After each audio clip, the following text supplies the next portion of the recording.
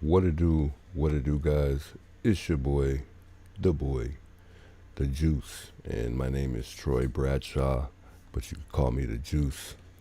Look, I just came to dive in and try to dig even deeper and push public awareness and deliver insights surrounding the Nancy Guthrie case and high crime in general. I just want to help keep the case alive. We want answers, we want justice, and we just want the Guthrie family to get the closure that they deserve. Bring Nancy Guthrie home. Let's help find this perp in this video and whoever else may possibly be involved. Someone has answers. Someone knows who this guy is. You know, it's just a matter of time, guys. I think it's just a matter of time. Um, Someone knows who this guy is. They know who this guy is. We've been boots on the ground. Big welcomes those of y'all tuning in. We're just getting started here. We've been boots on the ground lately. Just kind of chatting and talking about the case in front of Nancy's house. I'm going to get back out here again and be boots on the ground tomorrow as well. I missed today. I was supposed to get out there today. But I just ran out of time today. Had a lot to do. So tomorrow we'll be back out there. I'm thinking about taking another night walk. I'm not too sure. We finally got a light. I got a light. I didn't even realize what the light did, but it was a nice spotlight. Nice buy. It's like $16 at Walmart to have out there when we're wandering around at Nancy's in the dark. But it actually does something else, and I thought it was cool. I figured I'd show y'all. But it's actually like a lamp, so to speak, I guess. And it lights up pretty bright that way, too. And then you could also kind of, it kind of mirrors like a fire. I don't know what you would call those type of lamps, but I thought that was cool. So, yeah, I bought the light, didn't even know what the light did at all. So, but I actually got my $16 money's worth. I think it was like $20 after taxes. But anyways, guys, we all know that the night before Nancy went missing, she took an Uber to Annie's house on January 31st, and then later on, she was dropped off around about 9:48 p.m. by Annie's husband, Tommaso, and Nancy Guthrie was reported missing that very next day after missing church service, and I think they think she was taken somewhere around 2:30 a.m. because of her pacemaker disconnecting from her phone around that time, and they're calling it an early morning targeted abduction. And it just seems like, well, let me not even say that. The FBI is calling it a target abduction as well. There was a masked figure that we saw on the surveillance camera. There's just so many things that's happened in this investigation. I'm just kind of trying to recap and go through everything. But it would just take me too long to tell you because of how crazy and all that we've learned in this entire Nancy Guthrie story. But long story short, after finding DNA that was sent out to a lab, they learned that the DNA was mixed, and then the experts are focused on identifying the suspect through DNA analysis. So we'll see how long this ends up taking. FBI's been very, very quiet, as we all know, so we'll see if we maybe hear from them sometime soon. We'll talk about nanos today. Hey, interview room has been on fire lately. They've been on fire, so And they kind of talk about the timeline. So I want to talk about the timeline just a little bit, because there's a lot of things surrounding that timeline. Although we know the timeline is not legitimate, but there are some things that may be fairly close, like the garage door opening, and then that pacemaker disconnecting is definitely close to either the time that the suspect arrived or the time that they left. So, I mean, it would take me forever to tell you everything that's gone on in the case here. Before I did kind of jump off and dive into everything, I wanted to send my prayers to Lynette Hooker. I heard about the story. Seems like it's going to be a pretty crazy story, although I'm not covering the story. Maybe, you never know, in the near future. But Lynette Hooker, I'm pretty sure you guys are familiar with her. She went missing, I believe, April 4th. 55-year-old American boater. She lived in the Bahamas.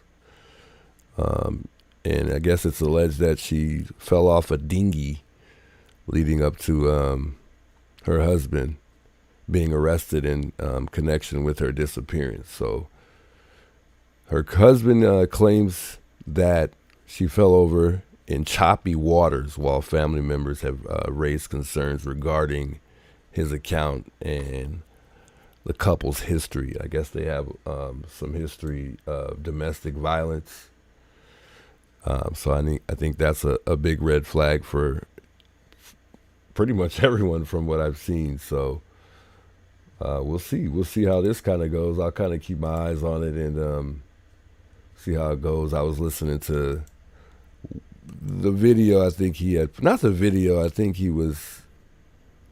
they got some recordings of him telling the story when he sat down with the detectives. Let me know what y'all think, guys. We're not going to cover this tonight or talk too much about it, but let me know what y'all think. I don't know. This guy's seems like a nice and friendly looking guy. You know, I don't see anything off, but from the sound of it, listening to just a little glimpse of the story, it did sound like it was something. Oh, well, not just something. A lot of things seemed like they were pretty odd and off. So that might be a good, interesting story to check out. But prayers to Lynette Hooker. She's currently missing, but I think we're probably quite sure she's no longer with us. And I think that, and I don't know if they determined her dead yet or not. I don't know if they found a body. From what I heard, they haven't found a body yet for this lady. So I think they were like 7 feet above shore is what they're saying, or something like that. I don't know. And also I think that they were, from what I'm hearing, they were near shore as well. They weren't even far offshore. So I don't know. It just seemed like there was a lot of iffy things right off the bat about this story. So, like I said, we'll keep eyes on it. I was listening to the I think it was when this guy sat down. His name is Brian. Her husband's name is Brian, I believe, Hooker. So I think he sat down with the detectives or whoever's interviewing this guy and said a few things. We could take a quick listen to that before we move forward and talk some Nancy Guthrie tonight. But and the waves were doing their thing, and I saw her, I think, twice. I threw her a flotation cushion that we used to sit on the dinghy, right after she went in. But I couldn't tell if she got it or not. We've been looking for the cushion too, the search and rescue teams. How small a person is in 2 or 3 floaters and 25 knot winds. And so after an hour of calling her, I had never heard her voice. And a power boat came by, and I waved my flashlight on my phone, and they were so fast that they didn't even see it. And then another one came by right behind it, sort of 5 minutes behind it, and I grabbed the flares by then. I came I had 2 flares. So I believe this guy, Brian Hooker, is still in custody as we speak. So we'll see if he makes it out to get released. But as you can tell, like, the story is just something ain't right. And from what I'm hearing, his story keeps changing as well. So that's always bad when you're being investigated. But who knows? This guy might just get away with it for all we know if he did kill his wife. So I thought that was interesting. I think I went too far back. I was trying to listen to that.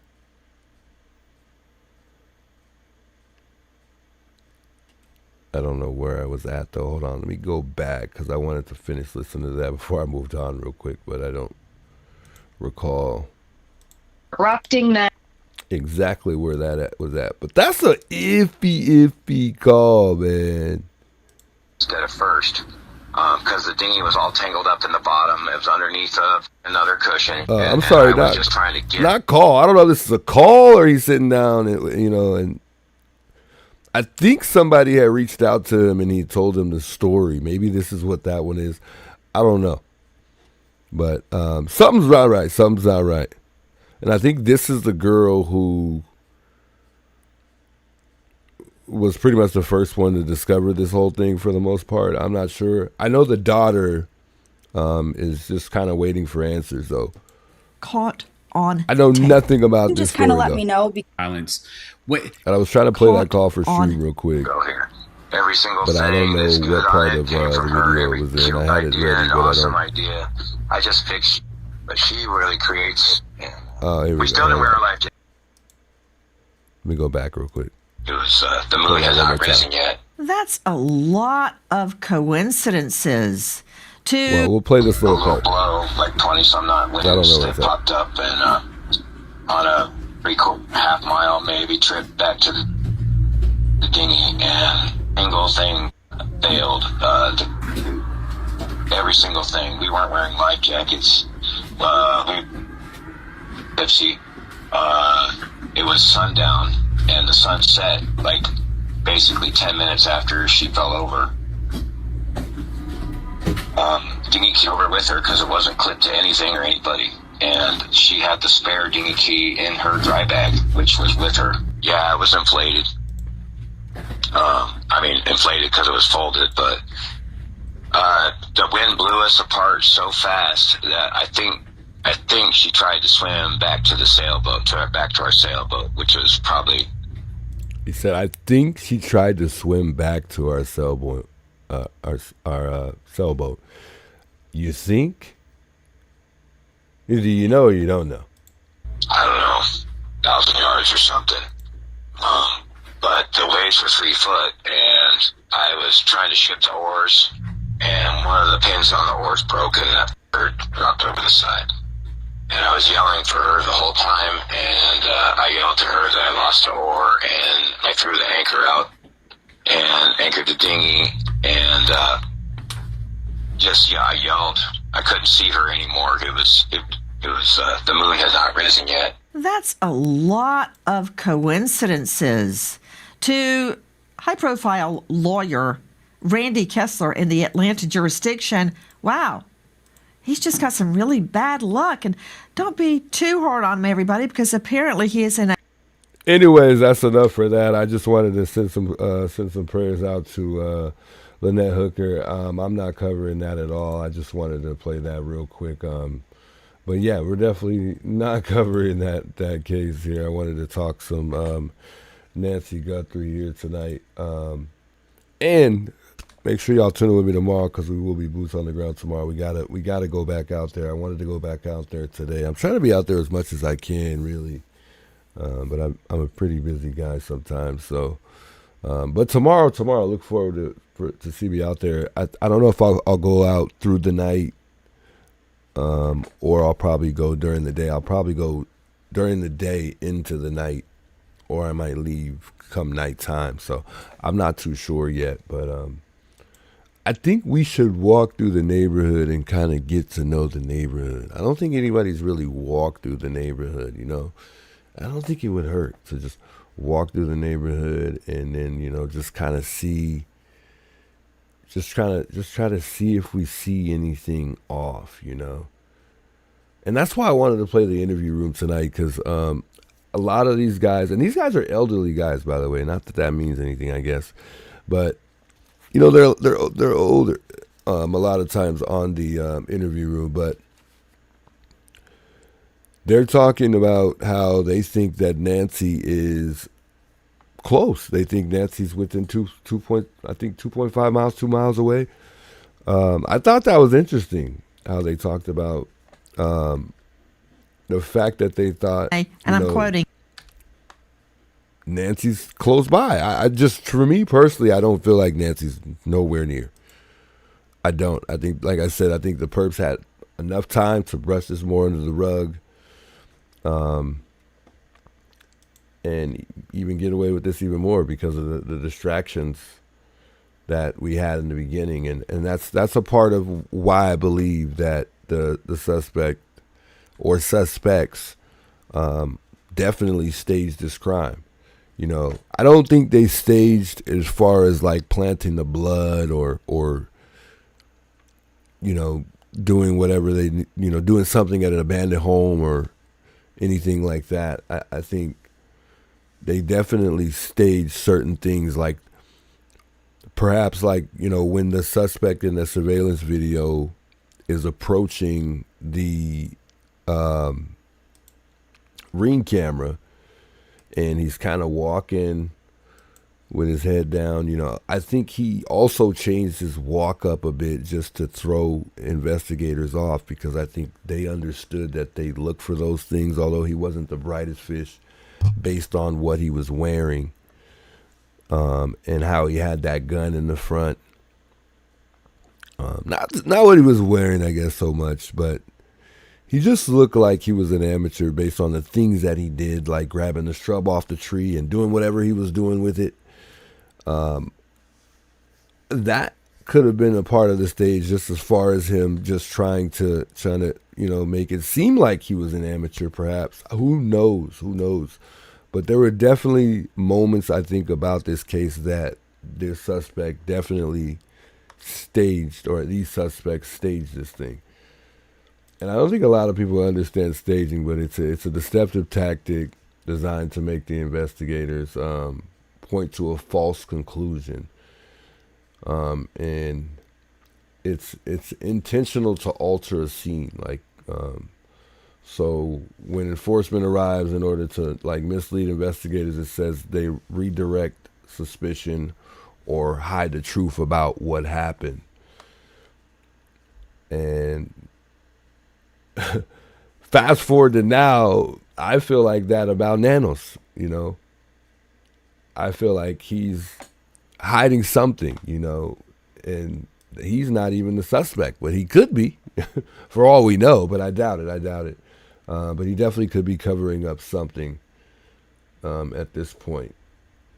So we'll definitely talk about Nanos tonight as well, because he's been a real big face, but a bad one in this entire investigation, because we all know we got off to a bad start due to the scene becoming a crime scene multiple times. So yeah, I can't wait to dive into this. Let's go ahead and just start with this interview room. Like I said, the interview room has been on fire. They've just been talking about a lot of good things. They've been having a lot of good points. So let's just play this video real quick. Here's a timeline. We were able to get a garage door open at 9:48, closed 9:50, 1:47. Door camera on the front disconnects. There's a 2 a.m. pacemaker spike, 2:12. Software detects somebody on the camera. At 2:28, the pacemaker disconnects from the phone, her phone. And then we've got two timelines, guys, I need to tell you about, because when I first got there, they said they got there around 11, but it's actually maybe 11:56. And then there's a 1203 911 call. What say you? Anything sticking out? 948. I might put this up here. So there's an hour, nearly an hour discrepancy from when they say they arrived to when we know they arrived.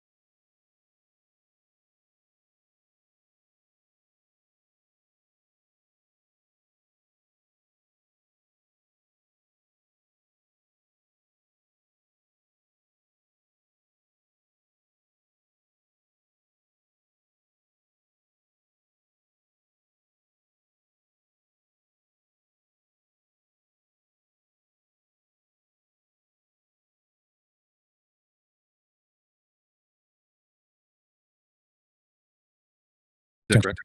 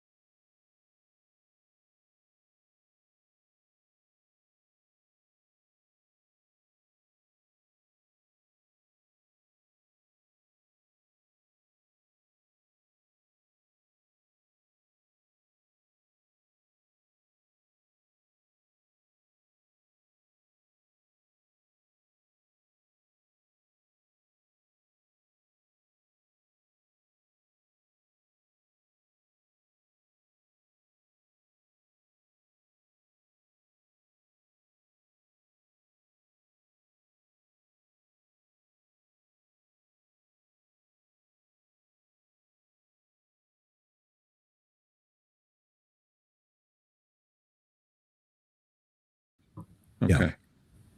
Okay. And this for me would go back to my interview with especially T, because I'm gonna talk to him now. If I know this timeline now, I want to ask him specifically, how did she get out of that car and get through the garage door? There's specific questions I want to know. Yeah. And T, did you walk her into the house? Did you turn some lights on in her house? Did you assist her in any way, or did you just pull up? She got out and went in the house, and that's the last you saw. Can you go into detail on what happened there? Right. Because I know I would walk my 84-year-old mom or mother-in-law into the house and I want to where's walk she- her in. I want to make sure that everything's good inside the house too. Yeah. By the way, how come she took an Uber to your house for the card party? What was, is that a normal thing, or Yeah. could you guys not make it over to pick her up, or what happened there? I'd like to Who know ordered that. the Uber? Who has Right. the app? Yeah. Did you pay for it? Did your mom pay for it? Right. Because that will kick off a whole new series of search warrants, right? We're going to grab the banks. Absolutely, because you're going to need a search warrant to get the Uber information. I'll tell you that. And, yeah. Okay. But something happened. Something happened. I need to tell you, because it moved people. Two things happened, actually. The FBI got involved. They were allowed to come in, to Danny Aaron's point earlier. And there's now some ransom notes that start hitting, a local TV station and, two other outside network concepts, right? TMZ, et cetera. Okay. So now there's these ransom notes. And so the FBI moves towards the house. Okay. They help them draft. Strawberry Big Welcomes, by the way. This is the Yeah, that's a good question to ask. Did Tommaso, Strawberry says, did Tommaso pull into the garage, or did he park in the driveway? And then he says, Nancy had a tablet and she used to watch her cameras on. I think I've heard that one before too. I'm not too sure what she did all on her phone, or what she had access to on her phone. I question whether or not Tommaso did pull into the driveway or not, or the garage. But then again, I don't have to question it, because Annie's the primary, pretty much, provider or care for Nancy, and I know she has a clicker. I mean, we just saw the other day Annie pulling in out of nowhere, and I think she met Cameron there that day. I think it was Criminal Network that was there that day that we saw that. But I believe that Tommaso has a clicker as well. Well, he would have to have a clicker because they share the same vehicle. In the beginning, they were in an older Honda CRV, so I'm only certain that clicker is probably somewhere in the car. And they don't have a garage at their home, I don't believe. Maybe I don't remember correctly, but when I went past Annie and Tommaso's house, there was no clicker. I thought about going out there and just kind of hanging out in front of their house for a bit, but I don't know if that would be a good idea. I feel like they'd probably just call the cops, and I don't know how they would feel about that. It's like I don't know. I don't know why media turned away from Annie and Tommaso, like as far as like going and visiting their house, or just hanging out in front of their house. Maybe that's just because they got cleared, so maybe the media decided not to go out there and record Annie and Tommaso's house anymore. But there would be a lot of questions that I would have for Tommaso and Annie, that's for sure. I really want to know how that 911 call sounded like, like what was said, and, why did Annie wait so long to call Savannah, and why didn't she call Savannah before she called the police, and then what made Cameron so sure that this was targeted and because of Savannah, what made him so sure so quickly, like right away? So, there's a lot of questions that I would have for them. I mean, that's just a couple questions for them. FBI number, the Phoenix FBI SAC, Special Agent. Yeah. Okay. That guy to the left, I'm assuming, is from the task force. There's a gang task force, and I think it's important for the audience to understand what I mean by that. Is, you know, there's a federal task force. It's focused on gangs, guns, drugs, DEA, marshals, various law enforcement agencies in that area. Okay. They've been activated to help, and it's important to understand. Ground and sky. He says, what was the time it takes to open and close the garage door? I think it was about 2 minutes. Yeah, 2 minutes. It seems like short time to get Nancy into the house. That's if she was assisted. You know, it sounds like. So yeah, you know, let's talk about that real quick, because now you guys got me thinking. So if Tommaso had gotten out and let's say he helped Nancy inside the house, I think that would have been definitely longer than 2 minutes. Even if, you know, it was from the garage or they pulled up, especially if they pulled up in the front of the house. But they obviously didn't, because they do have the actual time that the garage opened and it closed.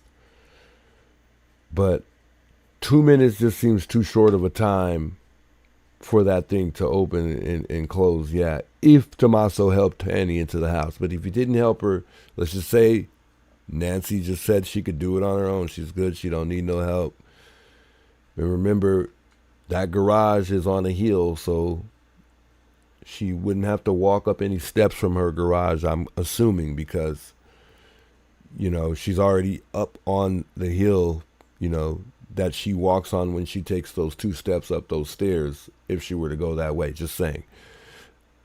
So I don't think there's any steps in her garage. She's up the hill, you know, so that defeats the purpose of her being able, you know, to have to walk on those steps in the front by her going to the garage is what I'm saying. So maybe she didn't need assistance to go to her room or whatever from the garage. So maybe Tommaso just dropped her off. She got out, but that just seems like it would take a little bit more time than that for an 84-year-old lady to get out of the car. And let's just say Tommaso needed to help her get out of the car too. Maybe Nancy has a hard time getting out of the car. We don't know. But if she does, 2 minutes is too short of a time. That would mean Tommaso never left for a while. Now that's kind of spooky if you think about that.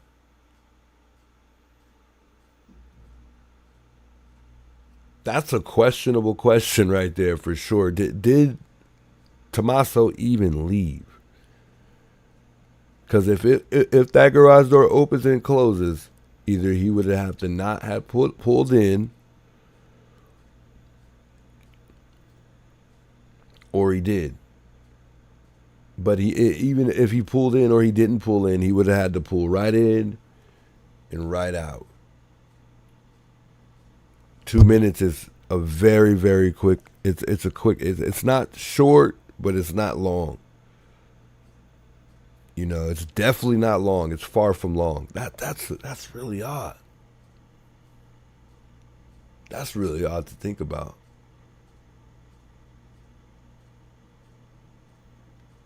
And what time did Tommaso get back to Annie's house? That's a good question. It's a really good question.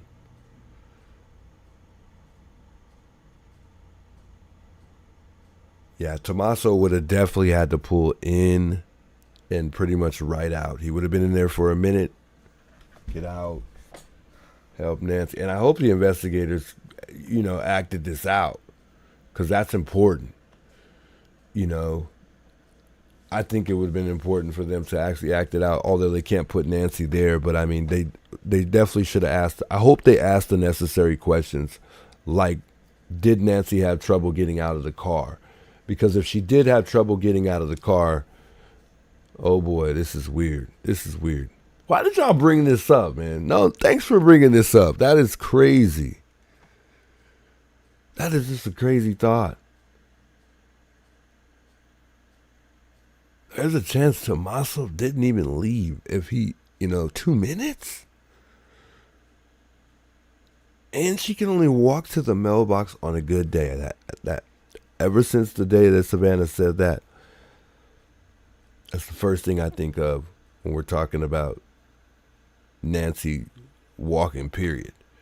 Or just period. I'm thinking about that all the time. That Nancy Guthrie could only walk to the mailbox on a good day. You mean to tell me she can't even walk to the mailbox just because she wanted to, maybe? You know, maybe she could, but you mean to tell me she would have to be just like feeling good pretty much for the most part to walk to the mailbox? That's crazy. So I think the bigger questions is, did Nancy need help getting out the car? Did Tommaso even drive in the garage? It sounds like he did. Because, and even if he didn't, he would have to pull up right outside of it. Because no one's going to make someone that has trouble walking walk up a hill. Nancy lives on a hill, so she would have to walk up the hill to get in her own garage. So there's no way in hell Tommaso didn't either pull in the garage or pull directly right outside of the garage. It's a big driveway, so he could have easily pulled outside of it instead of pulling inside of the garage. But that 2-minute time frame from that garage door opening and closing is crucial. And we may be missing something here if Tommaso did all the necessary stuff that was, needed to be done, if it needed to be done, as far as assisting Nancy to either get in and out the car or even get inside the house to make sure she made it in safely. For me, being a gentleman and being the guy that I am, and working in the environment that I work in, even if I didn't, I would definitely make sure wherever Nancy's going to go lay down or wherever she's sitting down for the night, that I made sure that she made it there safely. That would take me longer than 2 minutes. That would take me longer than 2 minutes, for sure. Questionable. Very questionable. Ground Sky says time in the garage should be more like 5 to 10 minutes. Yeah, that would make more sense to me. Use a stopwatch and time it. Yeah, and by the way, we could account for a minute, I would say, in between it closing and shutting. So that would mean Tommaso was only there for about a minute. Unless he sat there and waited for the garage door to close. But I would say a garage door typically takes to open about at least what would y'all say, Chad? About at least 15, 20 seconds? And that's just being nice. I wanted to say 30, 35 seconds, to be honest. That's just being really, really nice, really, because I you know what?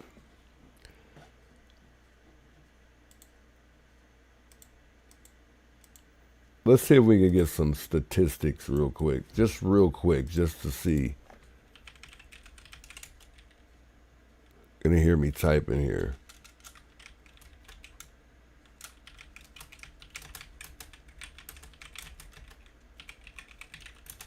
And I hope investigators time that garage. That would be very important as well.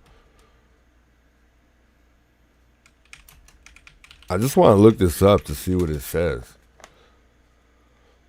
So a standard residential garage typically takes 12 to 15 seconds to fully open or close. And I don't know what type of garage Nancy has. If your garage door takes 20 seconds or longer to complete a full cycle, it may be running slowly and could require maintenance. So if that's the case, then yeah, in between it closing and shutting, if, let's say Nancy's garage door is closing slow, that would be almost a minute regardless. But typically it says 12 to 15 seconds. So let's say 15 seconds of garage door opening and closing. That would be half a minute. Nah, it's still not adding up. They are not homicide investigators. They are, again, I want to repeat, okay? They are not investigating this homicide. If they believe now it's leaning that way. They are supporting in relationship to where the case could be moving. And that's important. And that's why this guy to the left there, he's probably one of the task force commanders. And that's why they wear different shirts that says gang task force. If they were to find something connected, i.e., they were to find something connected to this. Vanessa says we can time it from JLR's footage when he went in and closed the garage door. No way. JLR himself went in and closed the garage door? No way. If you can find the clip, send me the clip, maybe link it to me. Or give me the link to the video and give me the time on it. And we could time it. We could definitely time it and just see how long it takes for Nancy's garage door to open and close. But something ain't adding up about that, that's for sure. We just want answers. We just want to know. I don't think anything, I don't think some of I think there are details that they could share with us that would not hurt the case. No doubt. No doubt about it to me.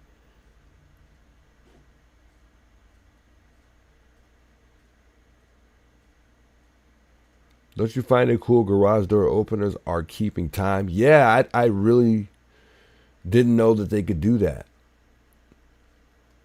It's amazing what we've learned in this case too. Just, not just what, as far as us discovering everything that happens, but also just what they can figure out.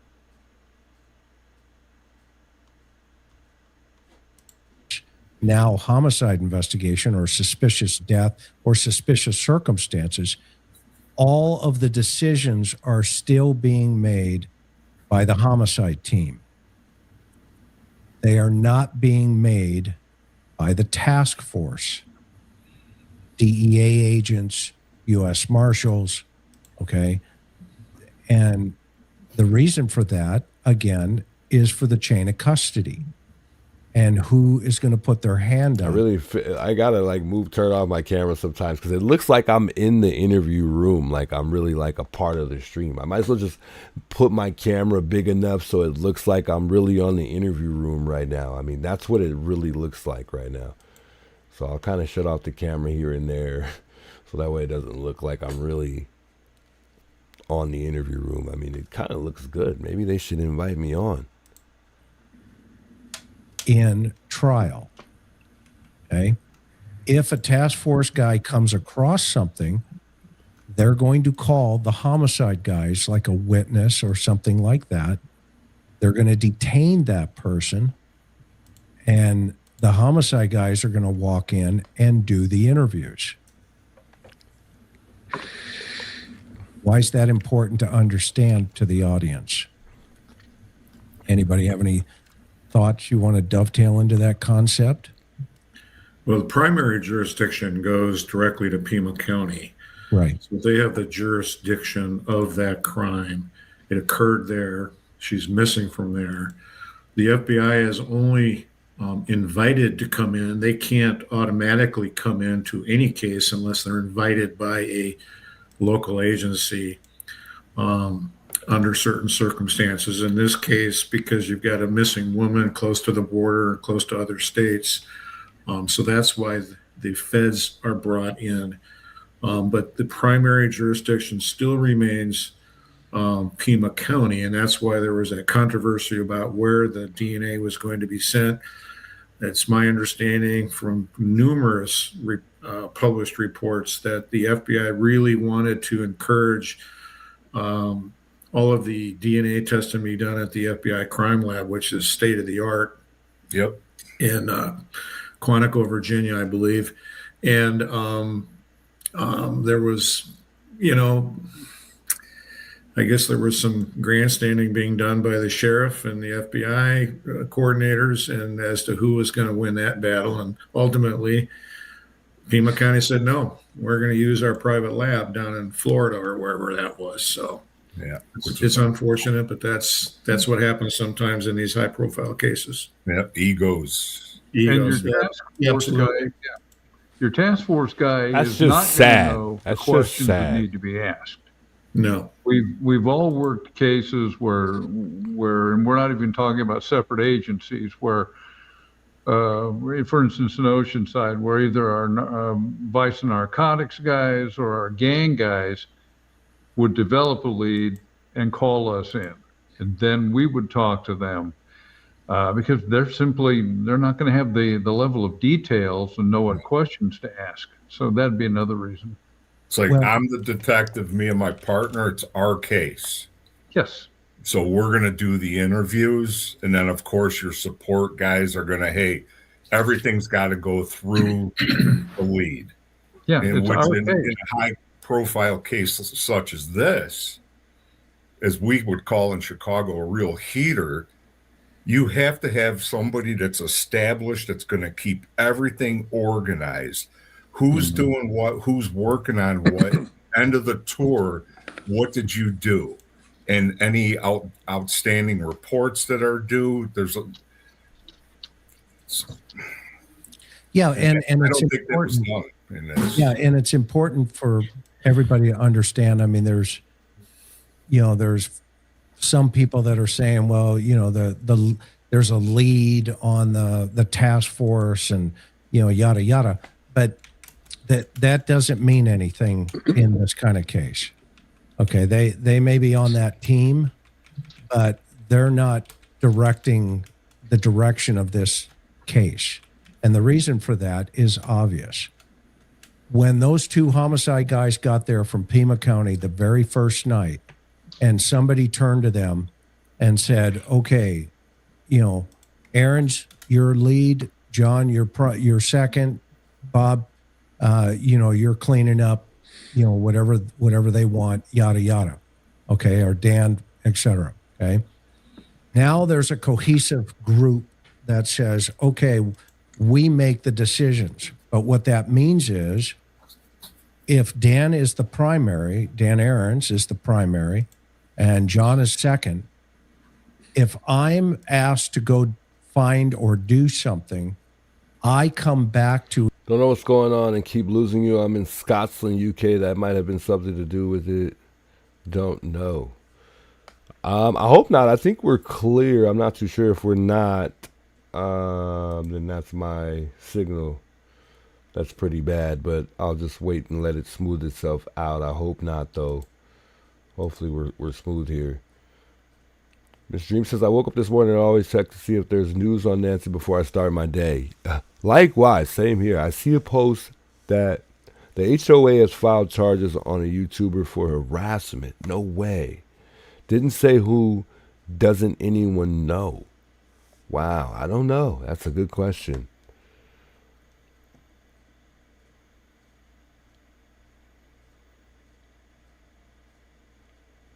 I'm not too sure, chat. That's a good question. Maybe we could. Maybe we'll hear something on that pretty soon. Either John or Dan. Focused, hopefully, on Danny first, because he's going to be the one that's going to put the book together, the murder book.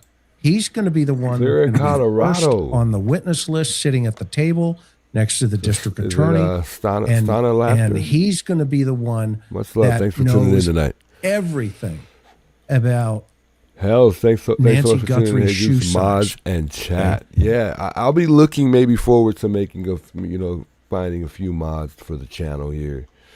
I don't really see anybody that I know that I see in here all the time. I've seen some people that I've seen in here that I've seen, but not like for a long period of time, I guess, so far. So yeah, I'll be looking forward to finding some mods, though. I gotta find mods, I guess, if everybody wants me to mod the chat up. I don't know if it's gonna help, though, so we may not, but I'll look forward to it. it is not going to be California a DEA in the agent building. Connie, big assigned welcomes, Connie. to a narcotics gang task force. Okay, we need to clear that up because there's a lot of confusion out there sometimes about how these things absolutely unfold. And this guy here in the suit to the right, if they find her body, hypothetically, and it is a homicide, this guy's not going on the stand yet. No, I also usually turn the camera off because I usually vape too, so I don't want to be vaping on stream. So I don't know, it just looks terrible.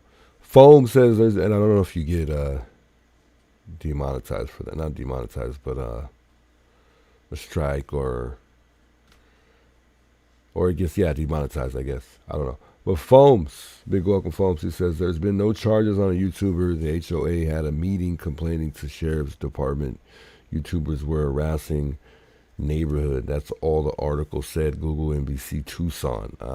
Okay. Thanks for the update, by the way. Bella Cat says good morning, watching from Georgia.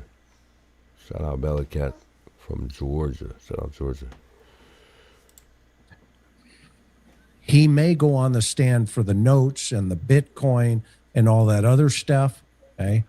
But he will not be asked by the prosecution, Detective so-and-so, such and such, Detective Friendly, what time did you get called out?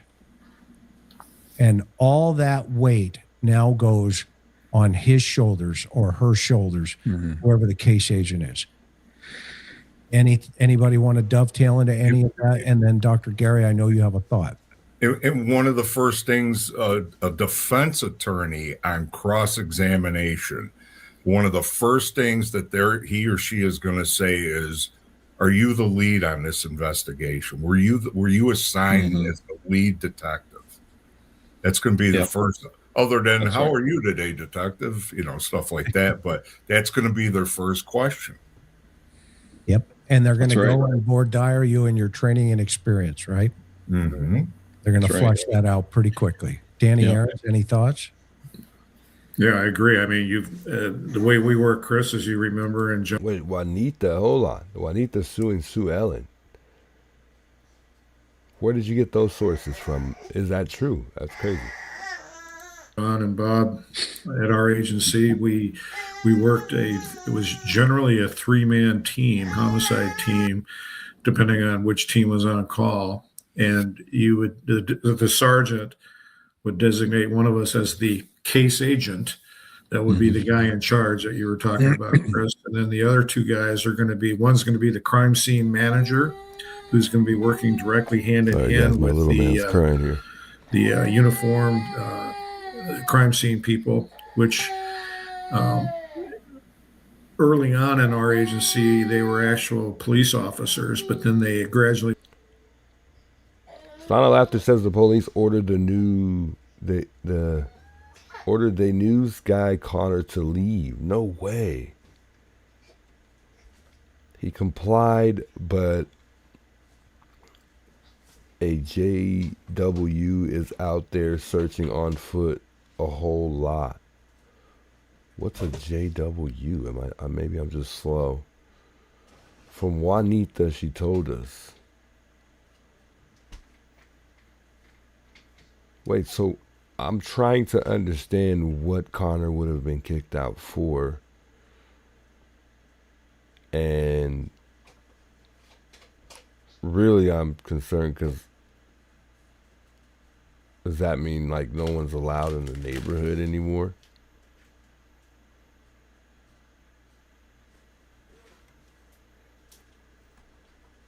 So Sue Ellen was yelling at one of the neighbors, Nancy's neighbors were yelling at Juanita, which was Sue Ellen, and she was sticking her finger in Juanita's face.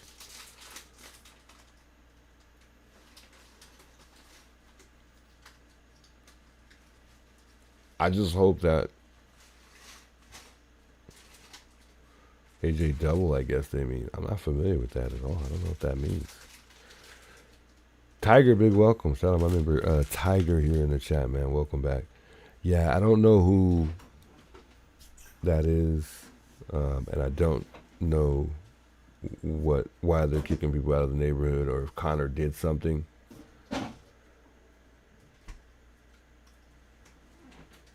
I just recently saw Connor the day that I ran into Criminal Network when I was living outside of Nancy's house.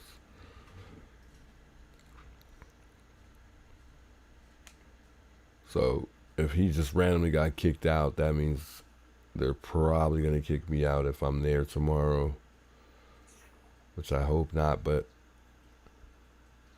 I'm going to actually start walking the neighborhood. Like, I'm really going to start walking the neighborhood because there's too many of you guys that think that Nancy's somewhere close. So I don't think it would hurt to start walking the neighborhood and just kind of maybe just see if we see anything that seems unusual or any weird, like, neighbors. You know, it wouldn't hurt. It's not that the only thing that sucks is we won't be able to just kind of stop and talk, but you never know what we might just stumble across just walking through the neighborhood. I should start just taking walks through the neighborhood. I think it would probably, I don't think anybody's really done it. I think a lot of us have drive through the neighborhood. I've seen DGL riding around on a scooter. They had a drone, but a drone can only stay in the air so long. You know, it's not the same as, you know, boots on the ground, actually. So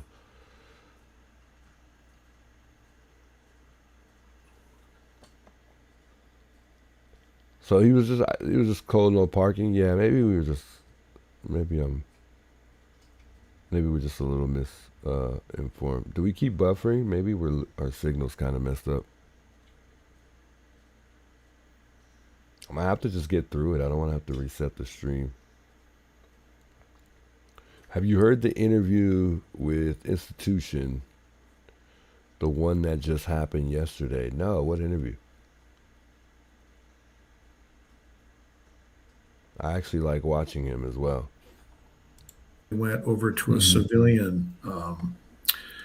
They used civilians that were trained in evidence gathering, but we always worked it at the direct direction of the detective. They weren't given carte blanche to just evaluate a crime scene and pick up this evidence or that evidence or photograph this or whatever.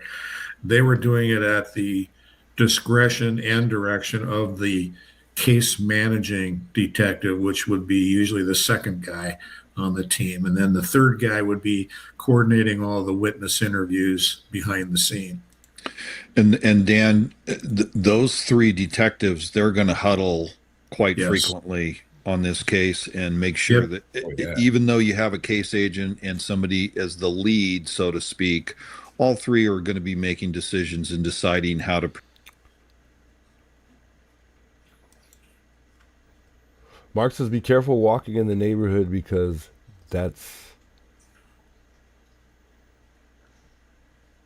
careful walking in the neighborhood because that's one of their big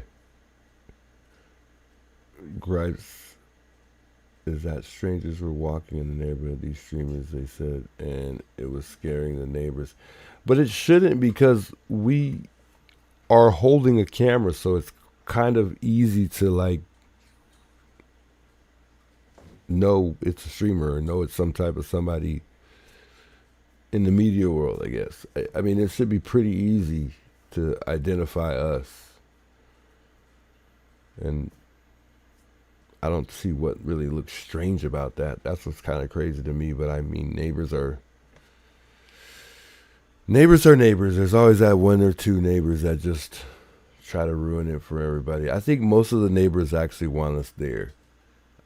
I mean, there are some neighbors that want us to just leave, but I think most of us, you know, most of them want us there.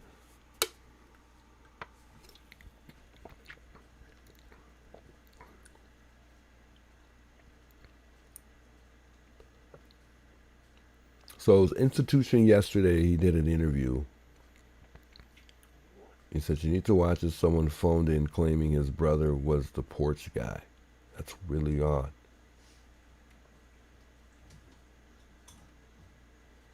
They got people walking around in that neighborhood. It's a public road. Yeah.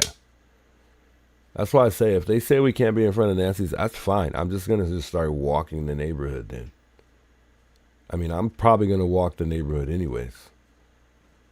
During the day and at night.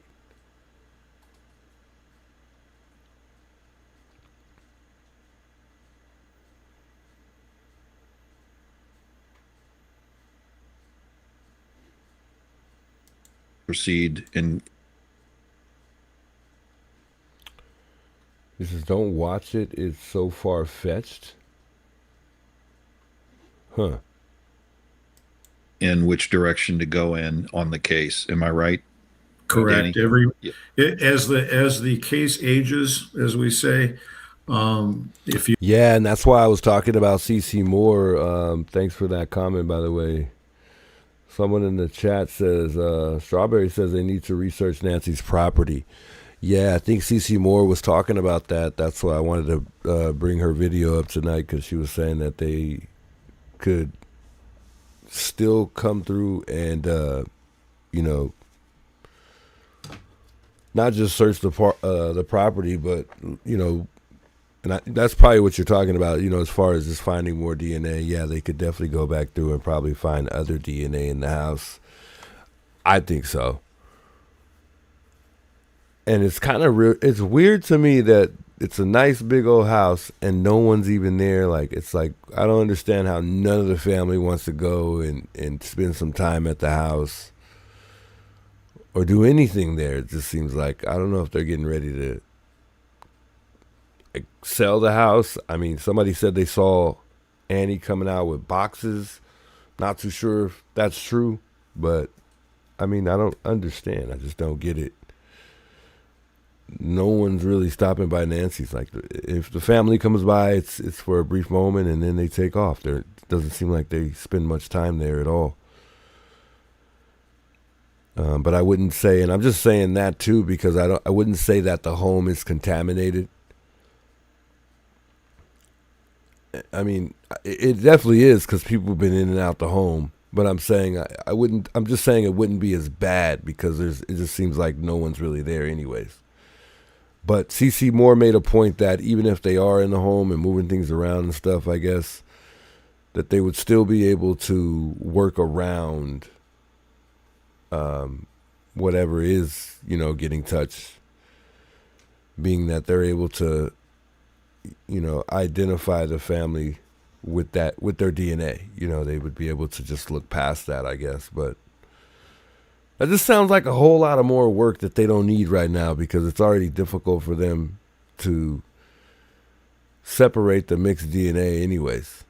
That's already taken so long, so that means we'd probably be waiting even longer. But I mean, forget it.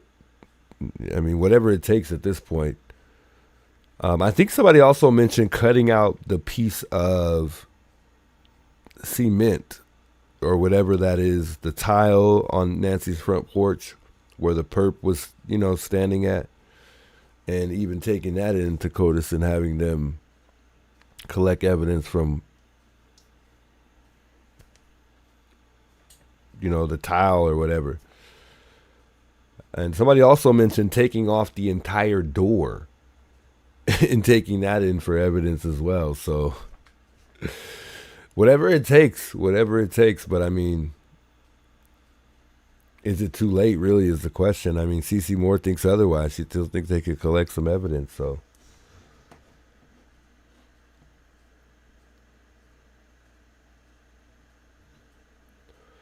I don't know if they're selling the house or not. Yeah. And I don't, another thing is I think they would have to at some point in time declare Nancy dead. And I don't know if they've done that at all. I think it's still all speculation at this point, and everyone, it's assumptions as well. I don't think Nancy's been declared dead at all, though. So I would think that they would need to do that first before moving forward to sell the house. It seems like it remains the way it is. I mean, I think the family may have came and got a couple things, but I don't think they're like moving things out from what I could see. I just wonder what their plans are with the house moving forward now that Nancy's probably no longer going to be there anymore.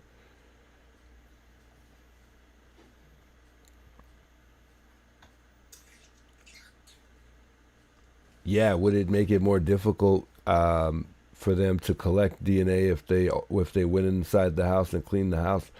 I feel like the family was smart enough not to clean it. I don't feel like Annie went in there cleaning stuff up, but it's a possibility. And if she did, that might be a little weird to me. But I would have waited, considering the fact that it's already became a crime scene multiple times. So I would have just left the house how it is. And maybe that's why the family's not there so often, you know?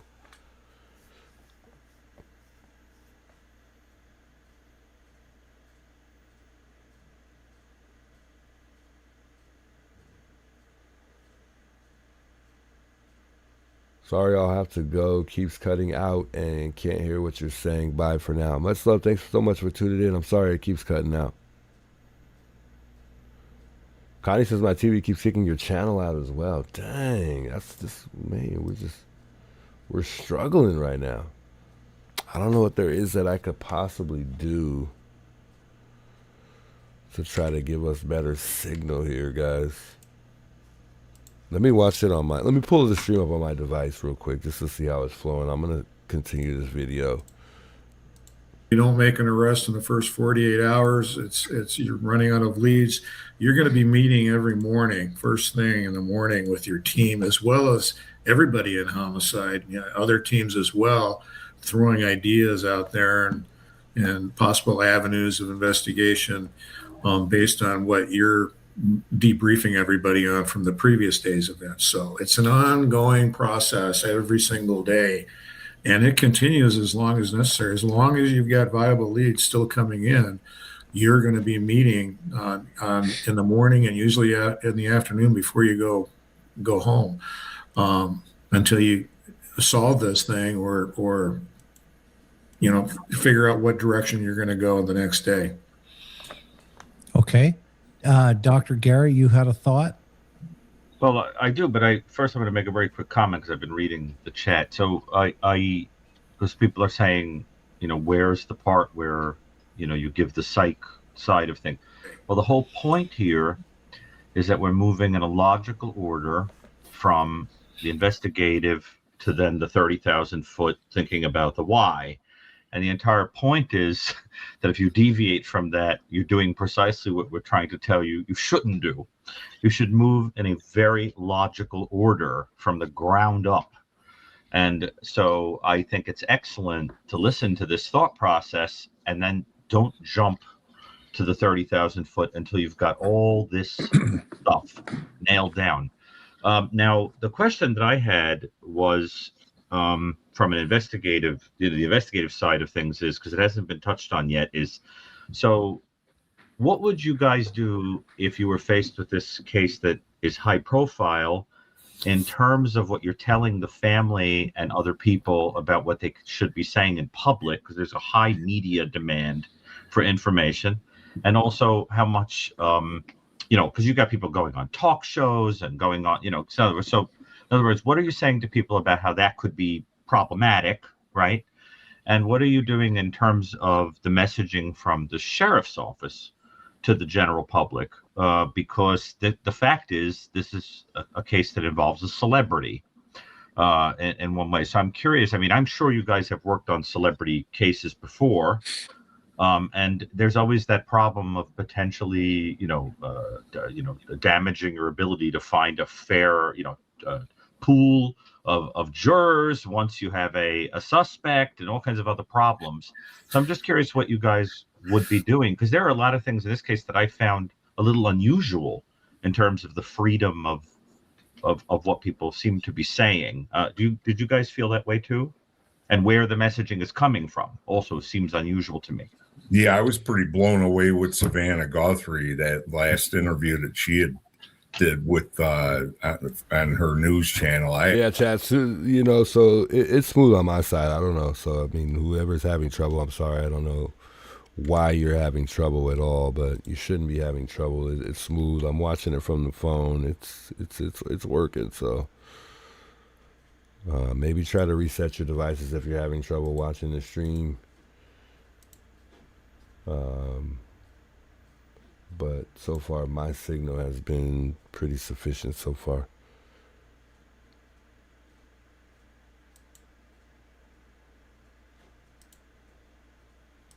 I was just floored with that. Like, oh no. Gary, what you're talking about though is the initial press conferences from Nanos and the information that he gave out to the press. So this. Sharon says Brian Ensign said an inside source told him, that Nancy's house was just clean. The house never looked like a crime scene. The house never looked like an attack occurred. I remember him saying that there was no signs of like any harm in the home. I remember that, but I don't know about the cleaning part. That's crazy. If they clean the house, I don't think that was a good idea. Vanessa, big welcomes, by the way. She says, can we establish if that is a car parked on the road opposite Nancy's house with the headlights on? You can see them behind the perp. You can see the house on the hill. Lights then beneath them are two road lights that look like headlights. We've talked about this before. DGL has broken it down as well. I kind of let it go because no one was really like paying much mind to it, or you know, it just didn't. People really didn't care too much, I guess. But I talked about it for probably like a week straight. Yeah. But DGL kind of breaks it down. I don't know if you're familiar with DGL, but he did break it down, and it does appear to be the sign in the back. But I don't think that it's the sign. I feel like it's a car myself. I still do. It still didn't really change my perception on it.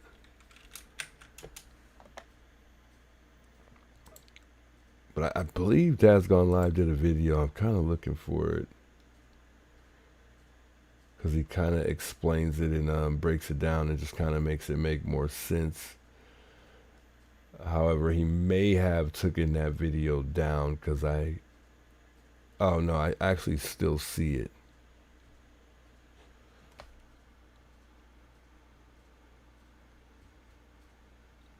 Road lights that look like headlights. Teresa says, I think it's a car also. There has to be a car. They did not carry this woman. There's definitely a car, but some of us think that we see a car in the background of the video when we see that perp caught on that Ring camera. We believe that there is a vehicle at that moment in time in the background. We're gonna show you. I'm gonna show you guys just real quick, because we got plenty of time, even though we don't got time, but we got plenty of time. Let me see if I can pull up this video real quick here. Actually, I want to make sure I zoom in for y'all. Well, I want to see if I can zoom in so you guys can see what I'm looking at here exactly.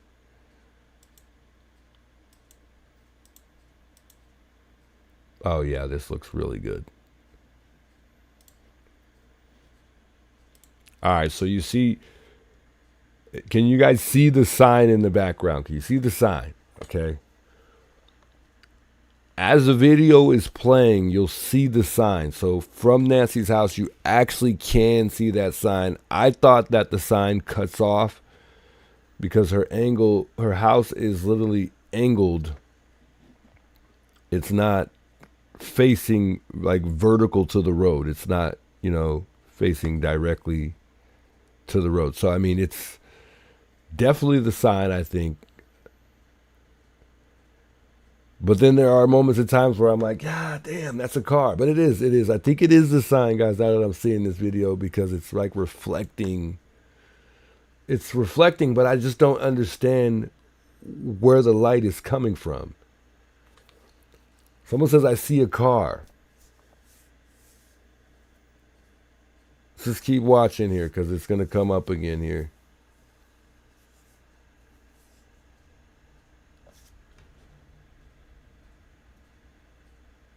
And then, you know what?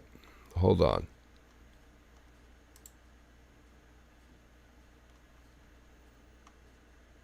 We gotta get our fancy arrow out here, so we're all looking. So we all know we're looking at the same thing.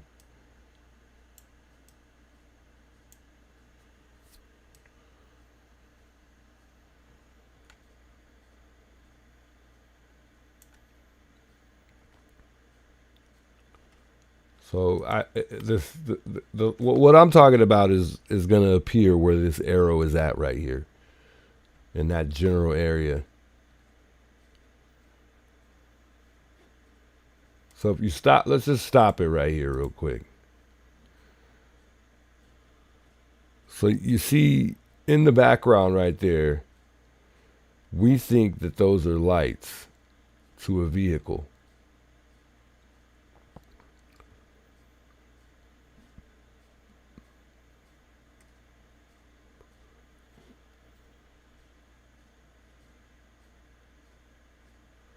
Looks like to me it's a car parked on the road opposite with its lights facing Nancy's house. I thought the same thing. That's what I kept saying. You know, it looked like it could have possibly even been that Kia Soul that we were talking about the other time when we learned that there was a house a couple miles away from Nancy's with vehicles passing by. I thought the same thing as well.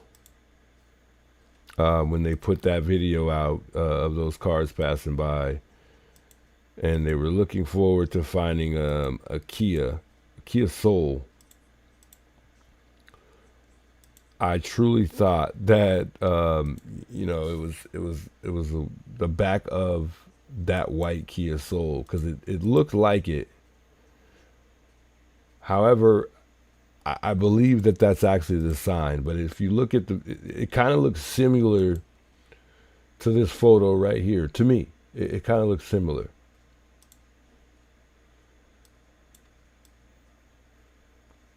That's pretty much what I see from the distance that we're looking at. But it's the sign. Trust me, it's the sign. I can just tell because of the way it's reflecting. As a matter of fact, we'll try to zoom in on that a little bit more so y'all can see, because it's probably hard to see from your devices as good as mine, because I can actually like look a little closer.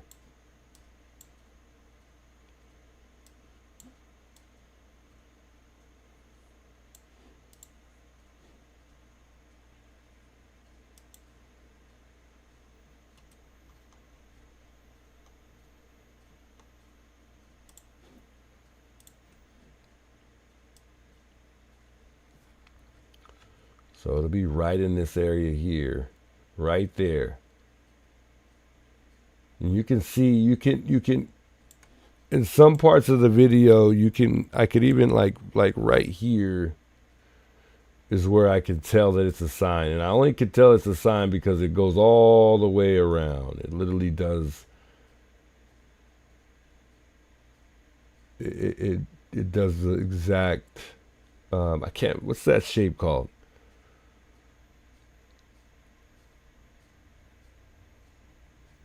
It's like people trying to make shapes out of cloud. Yeah, it's a sign though.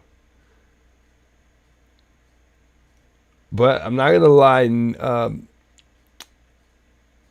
Nancy Grace, and I know nobody's talking about that either, pointed out at one point in time in the video, a car appeared to be like moving on the right hand side, and I think it appears over here on this side over there.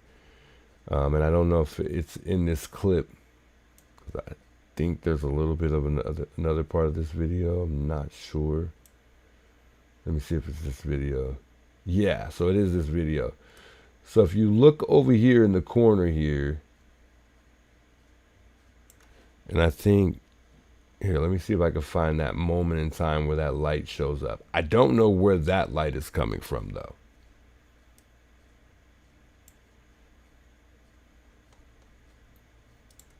Let me just see if I could zoom in a little bit more on this.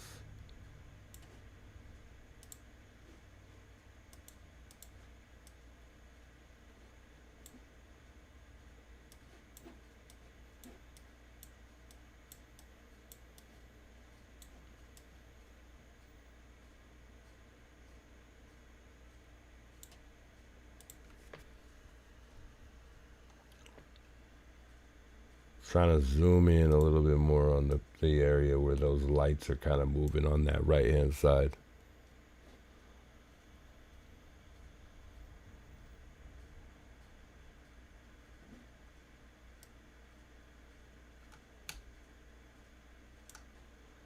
So right there. Now that I believe, because that's in the direction of that vacant home, not to say the suspect or whoever this person's driver was in that vacant home, but I believe that they were parked down that direction near the vacant home, if not parked inside of the vacant home area. Now that I would believe, because if it was me, I would have backed in the vacant home area instead of parking on the road. I think that would have been a lot better than parking on that street with your lights off. No one would suspect anything if there's a car parked at a vacant home, because there are other abandoned homes in the area that do have vehicles sitting there, but it seems to be like worker cars. But who knows? Who knows what kind of car these guys were in the first place? It could have fitted and made, it could have been one of those cars that looked like it belonged there, so who knows? I don't think I can slow this short down because it's a short, so I'll have to kind of pause through it. All right, here we go here.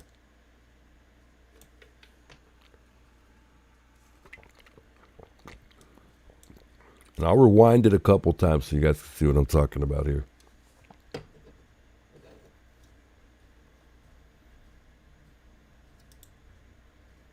I'm pretty sure if you watched Nancy Grace, you saw this, though.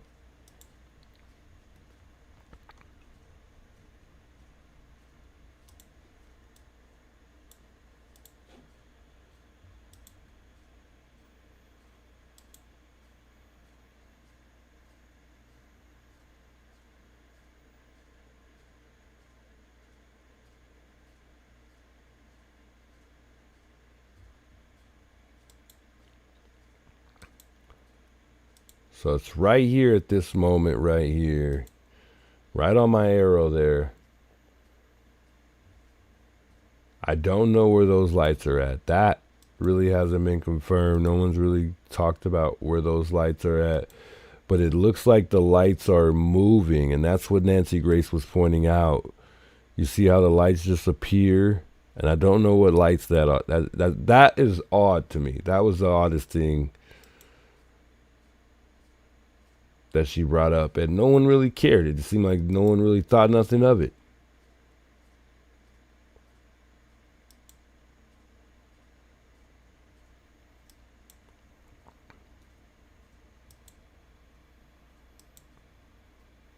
And the lights are not there. You notice when I go back, the lights don't even appear at all, and then they appear. And, she pointed out that it looks like they're, like, moving. And it could be a perp in the car, like, just driving real slow for all we know. Maybe it's just the pixelation in the video. Maybe the lights do appear there the entire time. Yeah, because they're kind of there right now. Maybe it's just the video and what it's capturing. Maybe it's just making it look like that.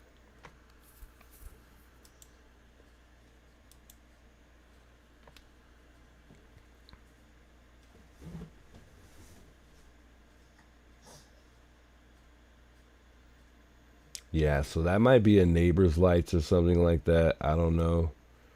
As far as the street sign lights, or I'm sorry, the street sign outside of Nancy's, I think that's what that is. I don't think it's a vehicle. Now, at first I thought it was, but I don't think it's a vehicle anymore. I think it's actually the actual sign.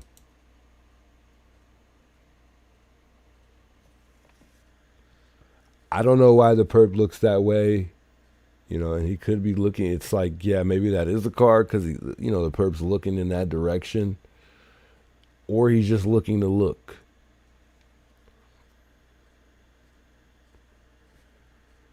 But it is almost like the perp looks at the lights.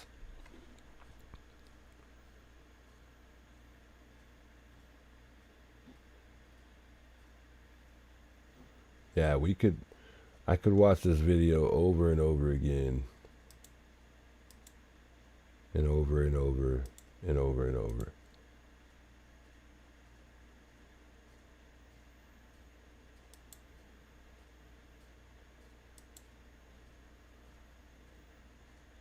That's a full-size Ford truck. They rolled up right up to the steps. I have pictures of that truck. What truck? I didn't see a truck.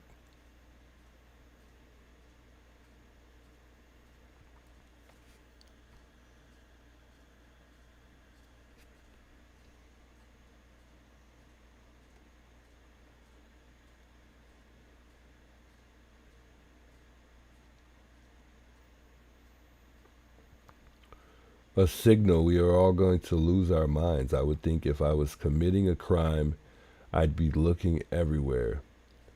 Yeah, I mean, but it's such a dark neighborhood, guys. It's such a dark neighborhood. You would, if you're committing a crime, that right there would make you feel more comfortable because you're more prone to getting away with the crime that you're committing in pitch black versus there being a lot of lights around and a lot of cameras that could capture you. In this neighborhood, there's not many cameras that are going to capture you coming through because a lot of these people's house doors don't even face the road or they're nowhere near the road. So it makes it very much easy or a whole lot easier for you to, commit a crime there without being seen.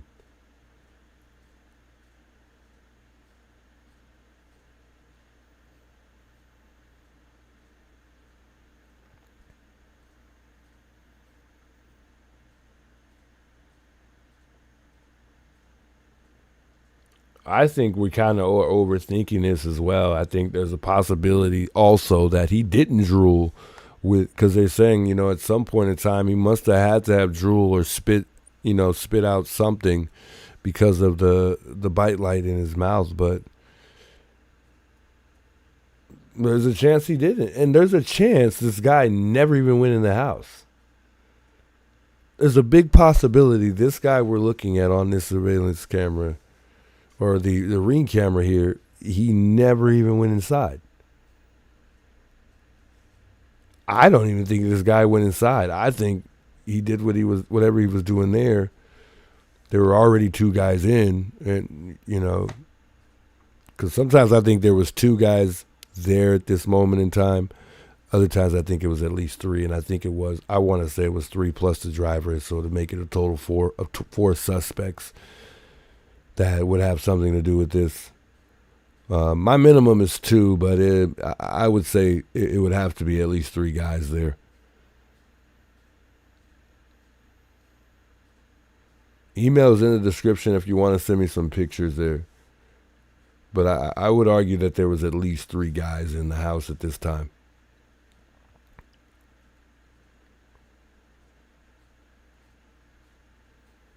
Well, two guys, three including the guy in the front.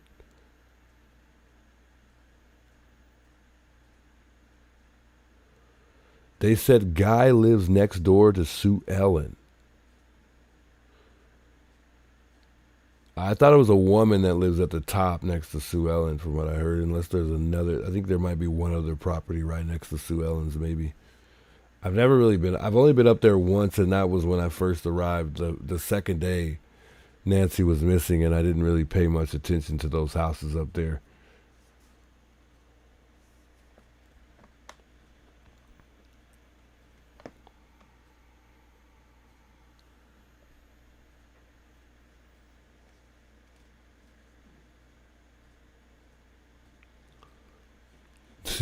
You see how he walks up upon approach? I think that's part of, what they call staging. I think he purposely walked like that, not just to hide his face, but to throw off investigators based on them trying to figure out how he walks. And I don't think the suspect gave away how he walks, approaching the way he did. I think he walked like that on purpose, not just to only cover his face, but to distract investigators from identifying the way he carries himself for the most part.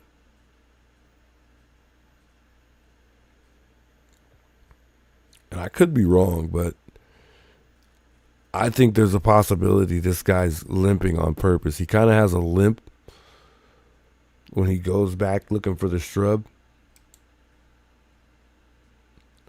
it seems like he kind of is leaning to the side and, you know, kind of walking with a limp.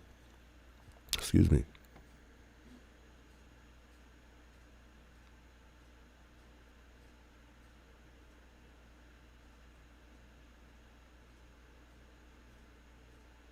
What a scary, scary thing, knowing this guy is out there somewhere and several others, not just him. I think a lot of us forget that there's a huge possibility that it was more than one guy, and this might not even be the most dangerous guy that was there. Or the leader is what they would call it. Tommaso and Annie listened to Interview Room. I would not put that past them at all. I believe that. I think they're at home staying in tune to all this, because I don't think Tommaso can return back to work with what's been going on, even after being cleared. Is Tommaso back at work?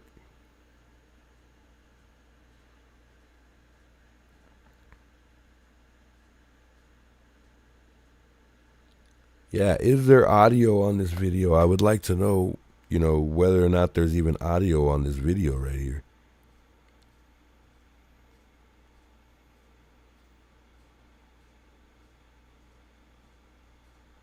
And do they have more video?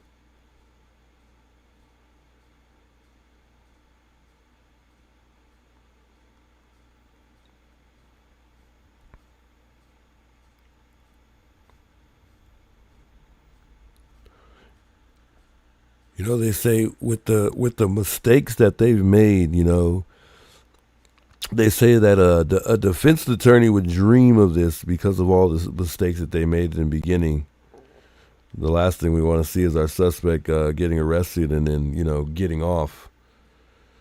So hopefully with, you know, things being contaminated and how this thing has taken place from the beginning, it doesn't affect anything that plays out in the courtroom if we make it that far. If we even make it that far. We're nowhere near that. This guy's eluded police for 73 days now. That's how long Nancy's been missing.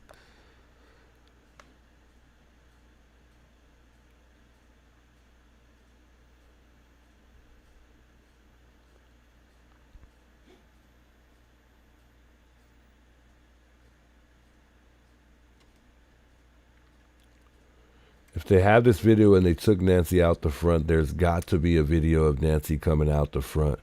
Yeah, and if I wonder what Nancy's cameras were called, whether or not really if they were with Google or not for the camera that was on the guest house in the back, because that would have captured all the necessary other moments that we need, like you know, where Tommaso parked, whether or not he went in the garage or not, and how long he really actually stayed. Because if the garage door opened and closed and it never closed again, I would only assume that he never drove inside of the garage if he you know, left that quick. No. And, you know, maybe he did help Nancy in and then he went out the front, got in his car and left after helping Nancy inside the house. But that doesn't sound logical. Especially if I parked outside of the garage. Why would I go out the front and then walk all the way around and get back in the car and leave? Why wouldn't I go back through the garage?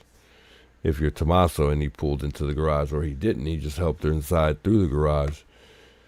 Even if he got out, helped her inside, and didn't drive in the garage, it's just 2 minutes is just not. It's just kind of making me feel a little weird about you know, what took place at the time that Tommaso arrived, because 2 minutes, come on, man, 2 minutes. 9:48, the garage door opens, and then at 9:50, the garage door closes.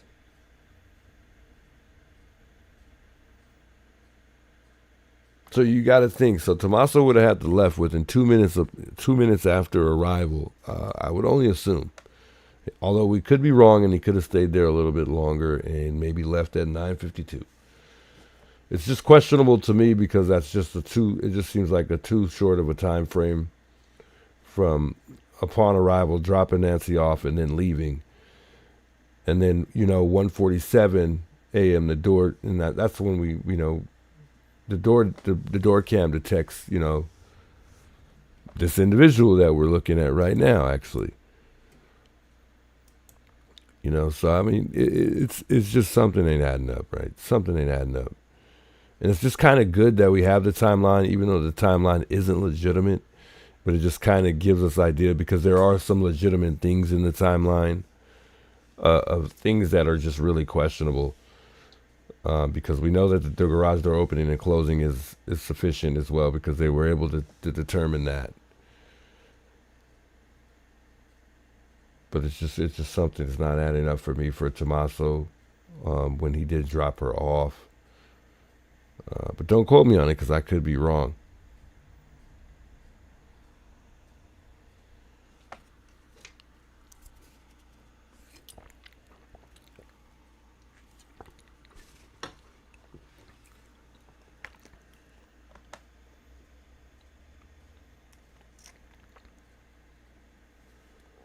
A lot of us believe that the cops have more video than they've released. I mean, I could agree with that too, but because if they were able to, if Google was able to pull this, they definitely were able to pull the rest of this video. There's no doubt about it. Let's say they had to enter a code to find this video. I would only assume that if they were to stumble across it, entering the code, they would only have to hit a couple other numbers. Let's just say the code was a number. They would only have to hit a couple other numbers, either up or down, to play back or forth from this timestamp that they've found. Why wouldn't they be able to go through the rest of the video if they were able to somehow, some way dig this video up in their database? If they can get this, they can get the rest.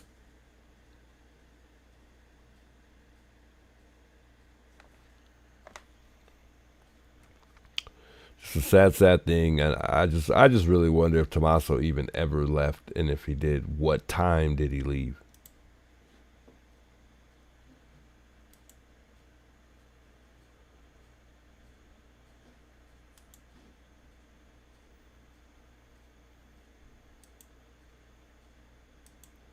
Just crazy, guys. And a lot to think about in this case. You have to reach out and sit down with them, not on the phone, in person.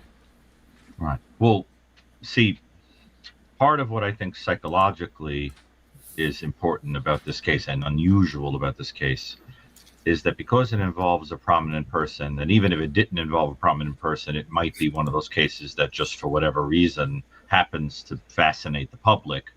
At some point, a case like this turns into television.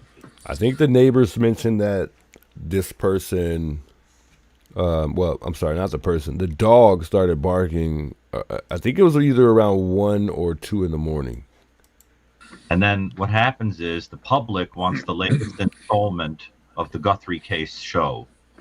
But it's not television, and it has to be handled like any other case. So what I think happens is that people who are involved, or family members or people that are investigating, may forget that the public is not entitled to information just because it's a group of spectators that are interested in a case. And I think that when this case is studied years from now, what will be interesting about it is that it's an excellent example of how an investigation can be messed up by losing contact with the reality that this is not reality television. This is a murder investigation or a abduction investigation. And so I think that what's happened is people are sort of handling it like we've got to tell the public stuff. And the other thing is they drip the information out in a sort of strange way. So a couple of days go by and then we find out there are flower pots opening, holding the door open. And and then it comes out through an interview with a family member, right? And then now we've got a new piece of information that has to be incorporated into this television show analysis that people are doing. It's that kind of thing. And I think the whole thing is a reflection of something very weird going on in our culture. The other thing is that because we think everything is a TV show now, we're going, why isn't this solved in 30 minutes? Mhm. Why hasn't Columbo come out and put his finger in the air and said one more thing and solved it, right? And this may actually be something where they can't tease apart the DNA profile for like a year. And then they have to use genealogical data. And then it might take many months after that. In other words, I think, and then the public gets bored because let's face it, any day now, something even more horrendous is going to happen and steal the headlines. And then what happened to the family? And then the other thing that's interesting is that, and this is where we begin to creep in the direction of the psychology of this stuff, is that if you're dealing with a certain type of offender, all of that may actually be feeding the motive of the offender. So that's the other problem, is you're making a celebrity of an offender sometimes. And, there are ways that could be used, but there are also ways in which one has to be careful, because you could have somebody like a Kohlberger, for example, who's sitting there getting off on the idea that there's nonstop coverage and talking about every little thing. I mean, even today, if Brian Kohlberger said to a guard, I don't drink coffee, I only drink Ovaltine, it would be the front page of the newspaper. Brian Kohlberger reveals especially interested in this type of drink, as if anybody gives a flying into left field, but I had Very to get to left field to for the audience to understand, because they hear FBI and they go, "Oh, the FBI." Okay, yeah, actually flies the. So this They're gonna guy, hate. this guy in the middle down here, Dr. Gary, is it Brucato?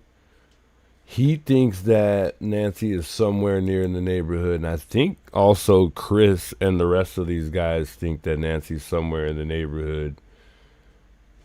I don't know, chat. I don't think Nancy's nowhere near in the neighborhood. I don't know why people feel that way, but because people do, they're kind of making me, start to kind of feel that way.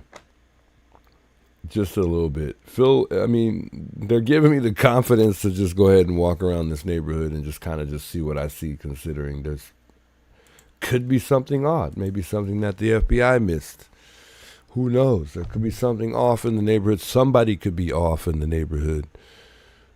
At some point in time, they think this perp is going to get comfortable and slip up, or this is going to happen to another person.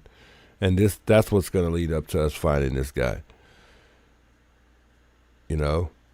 So we'll see. We'll see what happens. I don't know. I can't call it at this point. I can't. There's just too many things that have gone on in this investigation. Can't wrap my finger around it. That's why we got to keep digging. It's got to keep digging. Everything's got to go through the lead. Yeah, And it's which our in- case. And all that weight now. By the news media constantly. So what are the detectives doing? What I was trying to find they the part where he talks about the,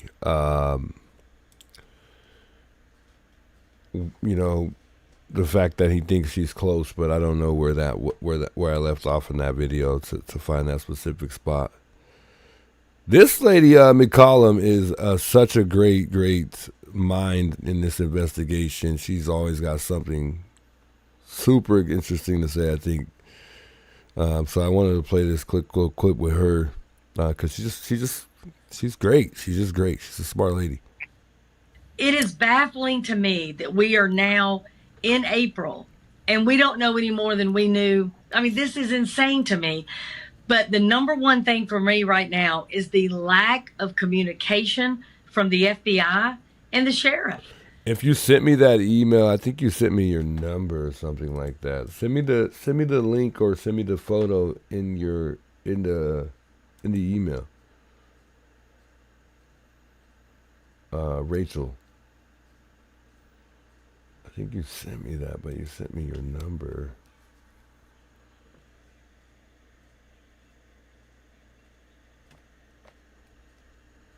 I won't, because if you send it to my phone, I won't be able to pull it up here on stream. That's the bad part. But if you send it to the email, I'd be able to pull it up here on stream.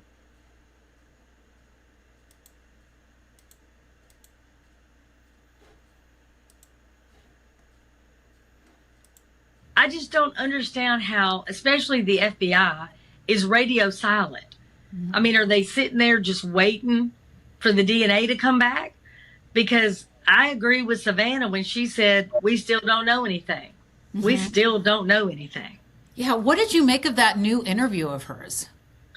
I think she gave some real critical information when she said the back doors, plural, were open, propped open. When she said her mama was barefooted. I mean, how do you know that? I mean, there would have to be. Jane says, personally, I think she was buried and needs construction. And needs construction if she's in that neighborhood. I don't think they would have time to do that. And if they did that, they would have had to have that hole dug up already. And then, obviously go back and do it. And then obviously, cover it back up. That takes time. That takes a lot of time. So, and they did case the home before doing, the kidnapping. So it's a possibility that they did do that. But I just think that takes too much time. And that's more like thoughtful, like a movie situation, I hate to think like a movie situation. I mean, this is a movie, though. This is a movie. This is a waiting documentary on Netflix. This is huge. But I don't think that it just doesn't seem logical to me. Yeah, and that's the thing with Savannah. Jenny says, I think Savannah knows a lot more than she says. Of course, for sure. And if she didn't, I'm sure she called and demanded that. But Savannah also was a lawyer at one point in time, I believe. So she definitely is a powerful mind for sure. She's what they call a powerhouse. But I think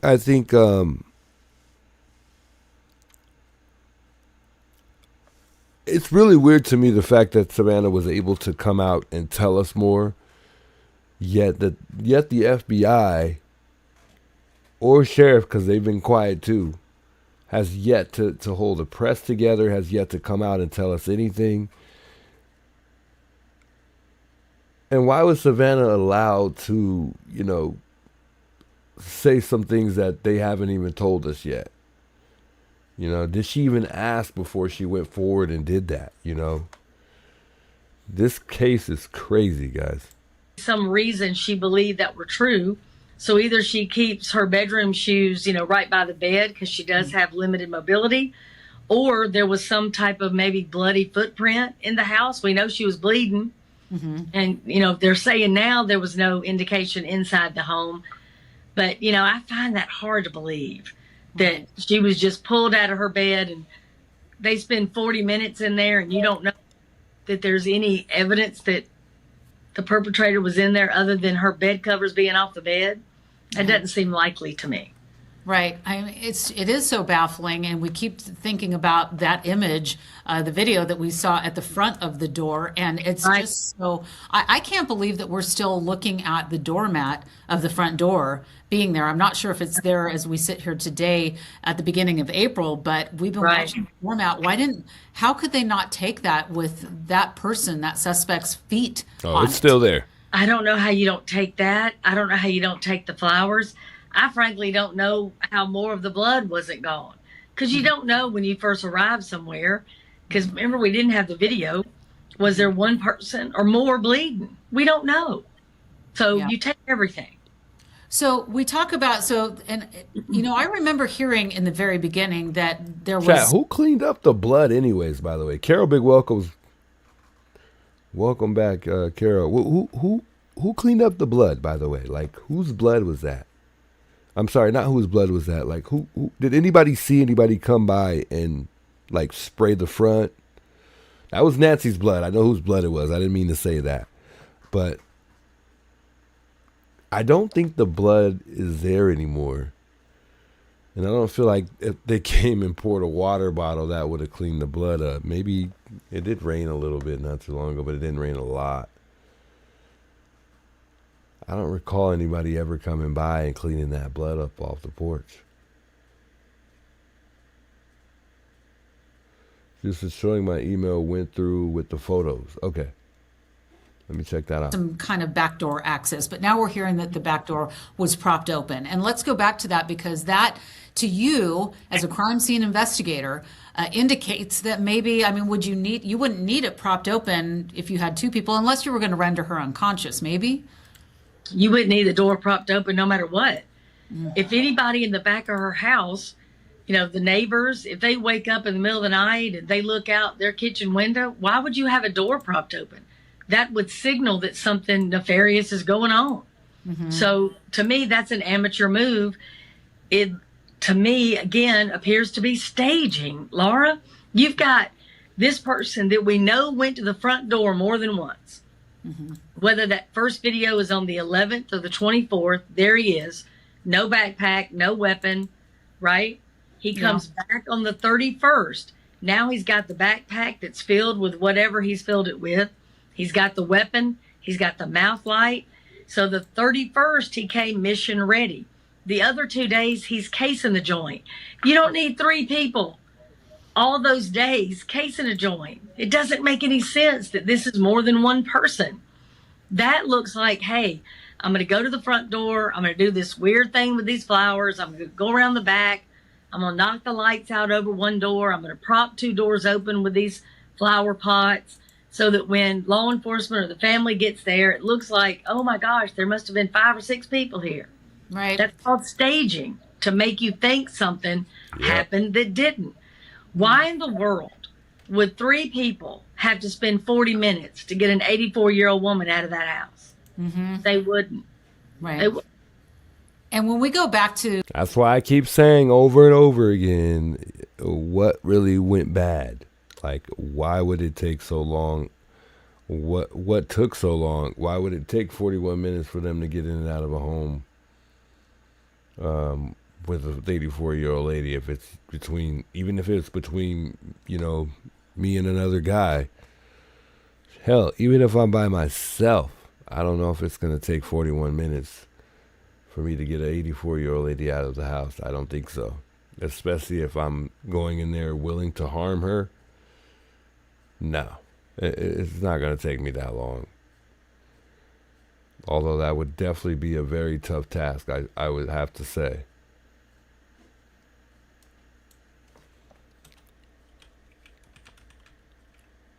I got your email, by the way. I got the email. We'll check it out in just a second.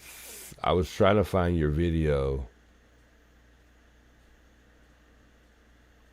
with the I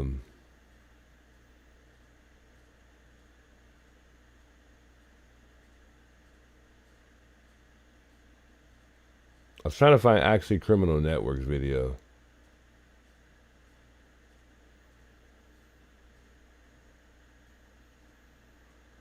That he's talking about this guy in the truck in.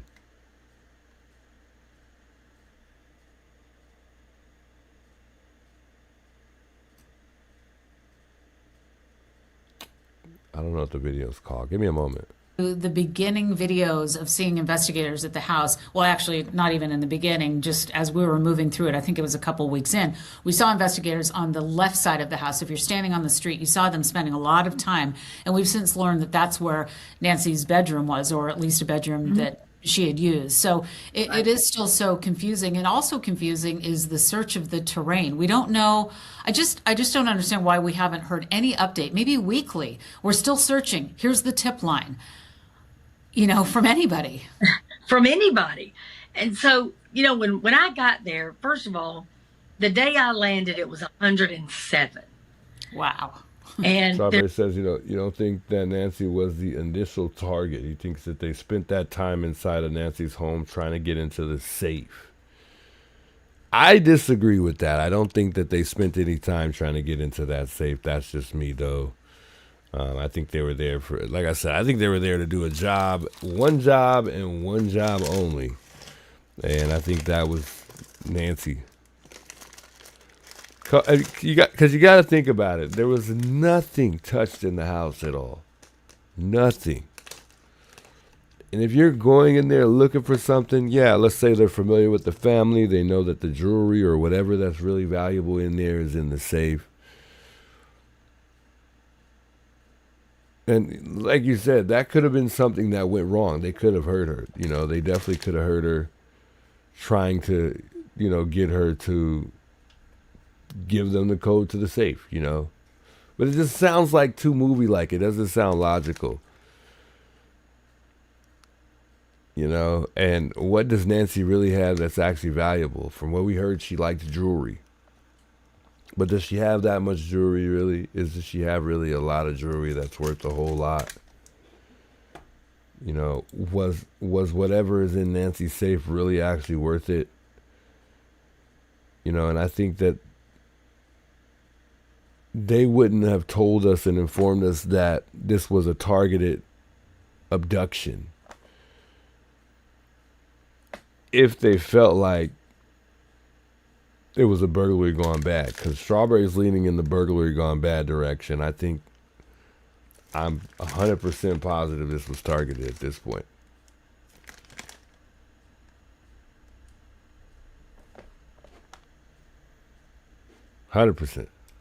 There's all kind of other, you know, components to this whole thing. Number one, I took a shovel and I thought I'm just going to see what kind of hole I can dig pretty quick. Mm-hmm. That ground is like hitting cement. I mean, it is unforgiving. It is filled with rocks. It is arid. It's just tough. And then the terrain itself, you've got, of course, all the... So who's the guy in the truck that you guys are talking about? So somebody thinks that the guy in the truck is supposed to be a suspect or something like that. Because somebody had sent me the photos of the truck when we were watching the video, and this is what the truck looks like. And then I believe it was on Criminal Network's channel when he saw this person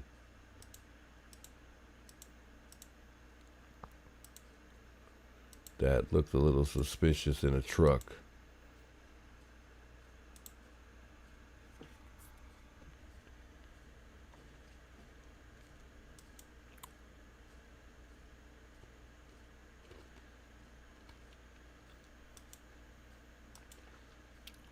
Correct. Like Sky, I not even correct. I agree. I say it all the time. I think Nancy wouldn't have been a person that was willing. And in the interview, Savannah made a weird, interesting statement. I can't remember. Somebody brought it up, what she said exactly word for word. But she kind of gave off the impression that Nancy could be feisty, you know? And where do you think Savannah gets her feistiness from anyway? She's over here pissing off the Epsteins in an interview and pissing off Donald Trump. You got to be somewhat feisty if you're pissing off the president and people from the Epsteins.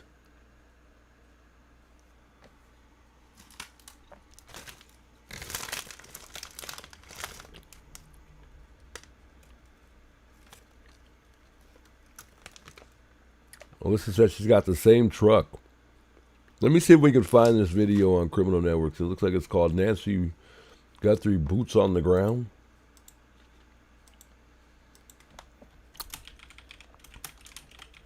I don't know if we...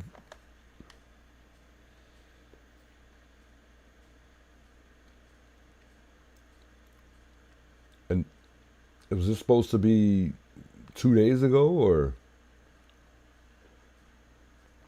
I don't know which video this was that Criminal Network.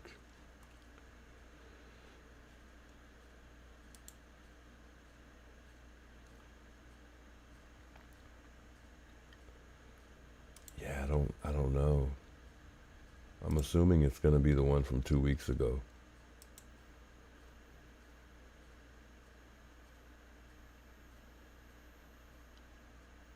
I'm kind of skimming through it. So bear with me for a second here.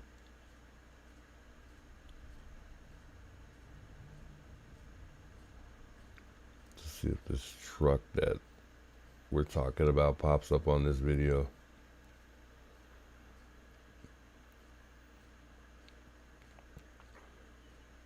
I don't see it on this video here.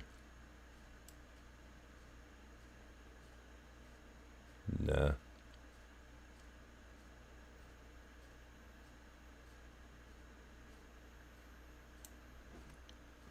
Maybe send me the link if you find that video.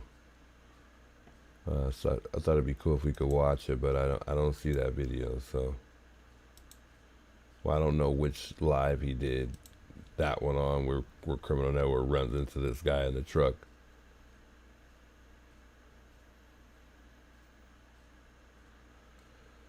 Roxy says, I think, in my opinion, that the road Sue lives on has answers to what happened and could explain why old Sue is acting the way she is. Ooh. I like how you put that. I like the fact of you bringing that to our attention. I mean, they've been saying if somebody's been acting weird or odd, something could be up.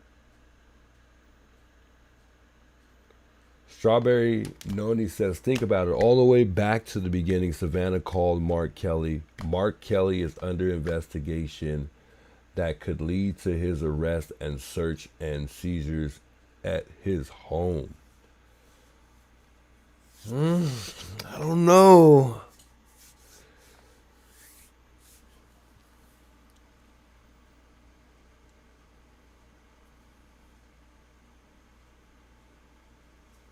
Alex, he's putting people up as suspects. 2 days ago, he put up 3 people and went to the FBI office. Yeah, I remember that. I heard about that. We actually watched that. Yeah, so I don't want to keep throwing random people under the bus unless we know for sure.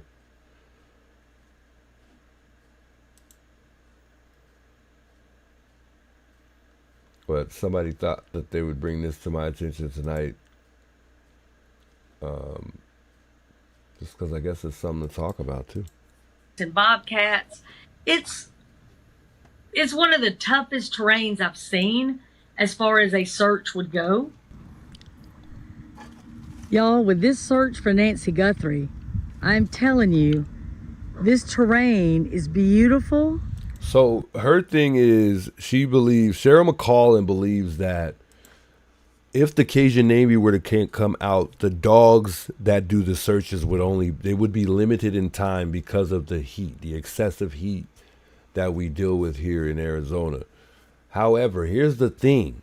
In Arizona, we have our weather is called bipolar weather, okay? For a reason. Which means there will be plenty of days and times, just like today, we had very good weather, and you guys saw when I was out there the other day, it was very windy. Especially now would be the perfect time to bring the dogs out and let them search, because it's not too hot for a dog to be out wandering around trying to sniff out, maybe dead body odor or something like that. Whatever the dogs are, specialized in. Now would be a good time for the Cajun Navy to come out here and do a search. But Sheriff Nanos doesn't want the Cajun Navy to come out here and search because, well, we don't know why. Just for his own reasons. Speaking of Sheriff Nanos, he's been bossy it seems like he's been bossy since day one. He's done nothing but cause more ruckus than any good. And it's just sad. It's just a really sad thing. They really got to get this guy out of there. They really do.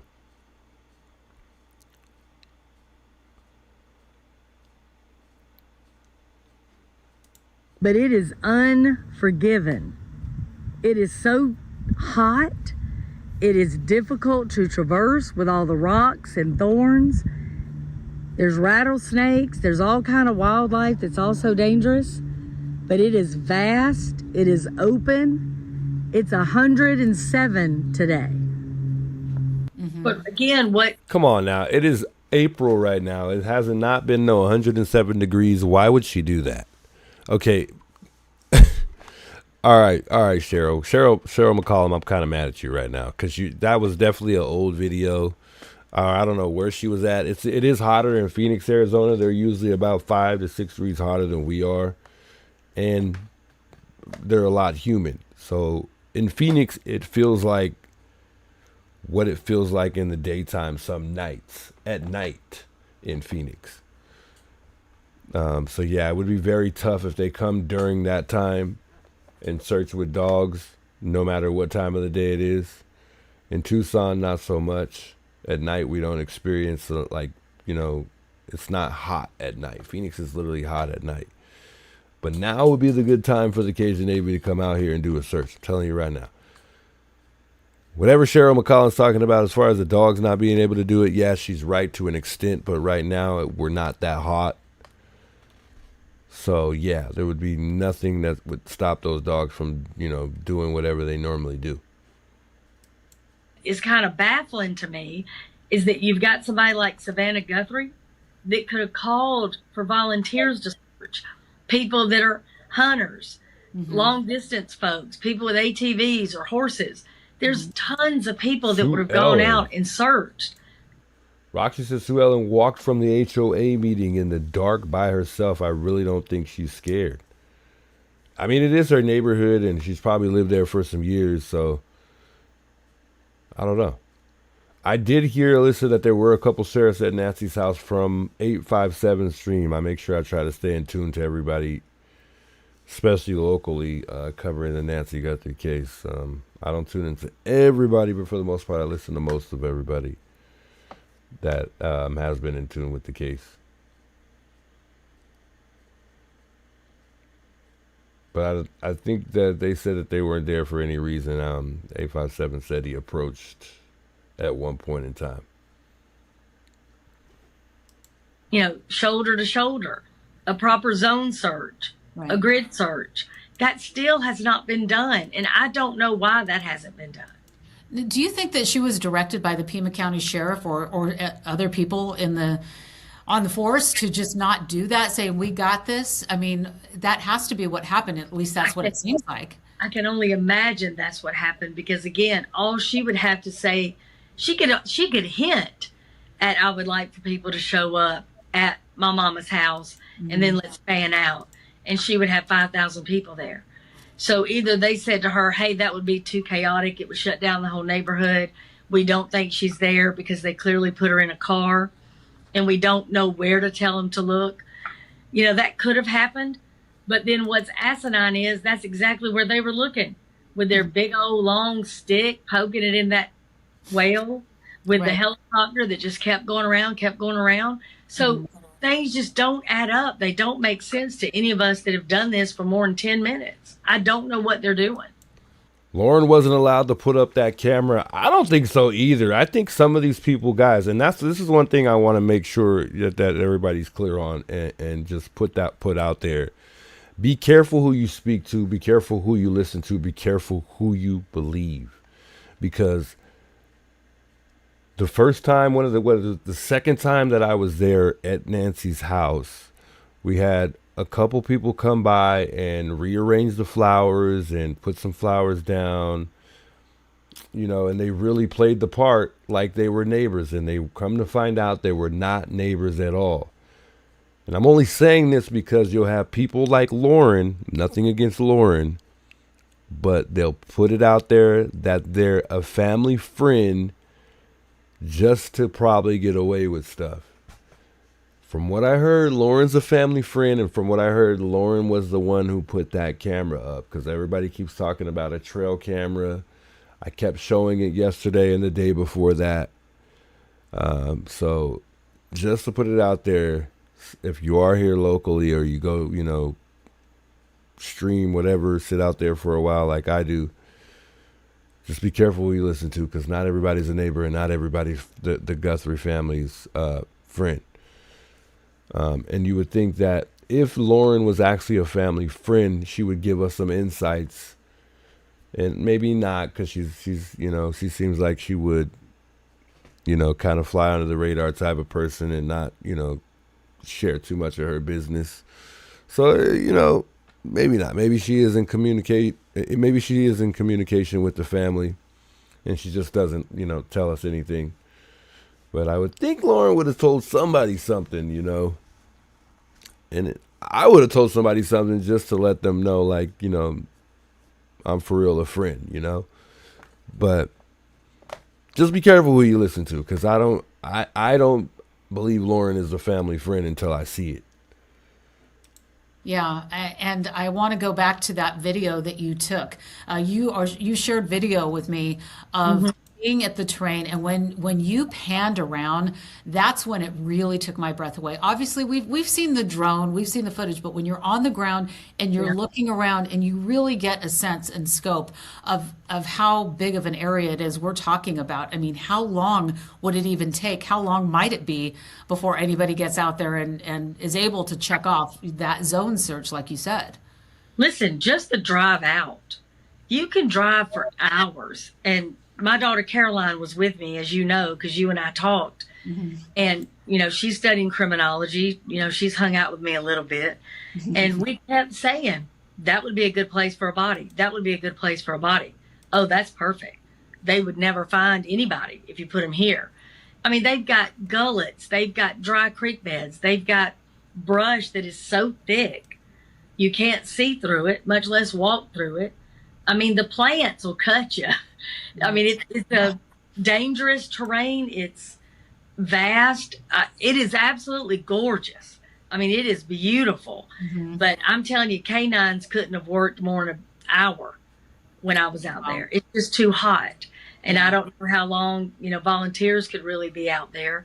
But I can tell you, on a normal crime scene, you may be thinking somebody could decompose in 11 days, 12 days, 14 days. You're talking about 3, 4, 5 in this. And then when you add animal activity, you know, you're not looking for a body. They have not been looking for a body. You know, they've been looking for remains. They've been looking for evidence, you know, but it's going to be somebody that literally walks up on something to be able to find it. And tell me, since you were out there, tell me about the waters that are out there, the waterways, because I've been hearing rumblings, and I think we're going to have some news this week that there's been search in waterways, and there have been bodies that have been found near canals, in bodies of water that have not been Nancy. So the waterways have to be taken into account too. Of course, and here's the thing, they're almost perfect. Right. Like, why would Lauren pull up on the side of the road instead of in the driveway if she's a family friend? A family friend is going to pull up in someone's driveway, not on the side of the road, to rearrange some flowers, you know. But she does pull up on the side of the road as if she doesn't care or she's worried about, you know, getting a citation or anything like that. And I question whether or not if Lauren would even park on the side of the road and mess with those flowers if, you know, there were a sheriff right there, or would she pull up in the driveway? I don't think Lauren was going to pull over at all and rearrange those flowers. And if she doesn't, that's going to be really, really weird. But I hear from a lot of people that she did put up the camera, because a lot of people were thinking that the FBI left that camera there. I don't think so, because that would have hit the news pretty crazy if it was the FBI or somebody learned that. Although, you know, it could be something missed and overlooked, so who knows. But I think Lauren was the one who put the camera up. Not too sure if she got permission, but if she didn't, she's getting away with it for a while. She's been getting away with it for a while because that camera's been there for a while. But I don't know, guys. I don't know. I don't want to say anything I don't know. It was said that Lauren hadn't seen Nancy in 2 years. Yeah. And I hate that, and that's the thing that bothers me sometimes. And I get it. We have friends that we haven't seen in some years that are really actually still somewhat of close friends. So I guess maybe I take that back. People come around when people die. Families are brought together more during funerals instead of family events. So, and friends, family and friends. Yeah. So, I mean, I don't know. It's a tough one to say. It's a tough one.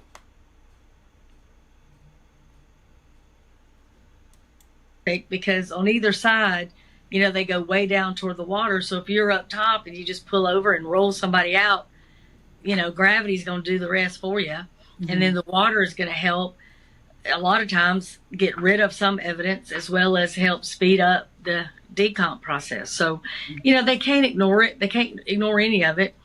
The bottom line is she was placed into a car, the best we can ascertain, because we know where the blood stopped on the driveway. Mm-hmm. We believe this person has come more than once, obviously. You know, they didn't do that on foot. They didn't carry her away on foot. So she could literally be anywhere.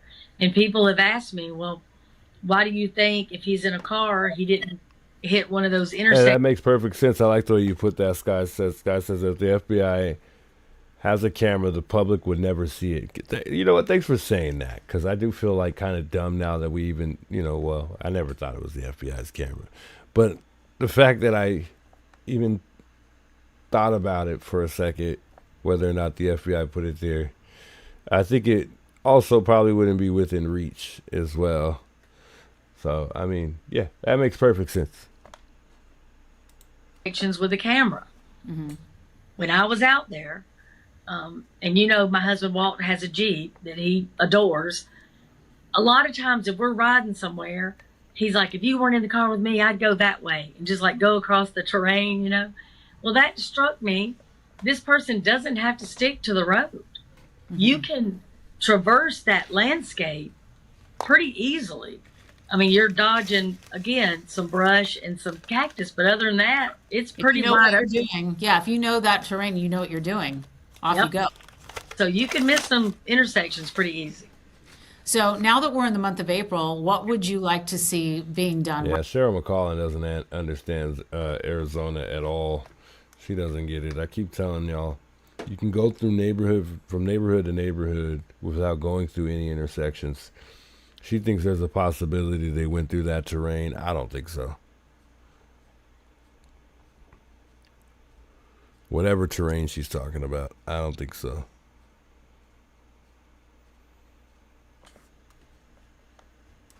Right now, what do you want to hear from investigators as we continue every single day to check our phone to hear what the latest is? I think a legitimate update is overdue. And I would, again, like to see one that is a joint press conference. Mm-hmm. I need the sheriff and the FBI and the family to be on the same stage, on the same page, talking to people. It's not okay to me that Savannah Guthrie is going to say, we still don't know anything. I know the FBI does a fantastic job of assigning a liaison to the family. Mm-hmm. I can't believe in this situation the sheriff's department hasn't done that. So there. Yeah, Didi, I do definitely stream this late because, you know, I'm a night out. I'm always up super late, although I've been kind of trying to be boots on the ground more often lately. So I've been a little too tired to kind of do both, but I'm going to try to continue to do both. But a few nights here and there, I have been kind of tired to do both. But I'm always up super late, so that's why it's best I kind of do the boots on the ground thing. So I'm on stream at a time where a majority of people are up. If you're not in the, you know, if you're in the United States, because some people watching the stream are in a whole nother country.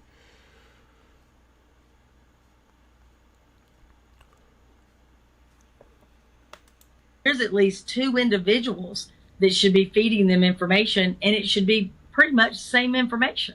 Mm-hmm. But, you know, we're not getting it, which again only fuels some of this conspiracy theory.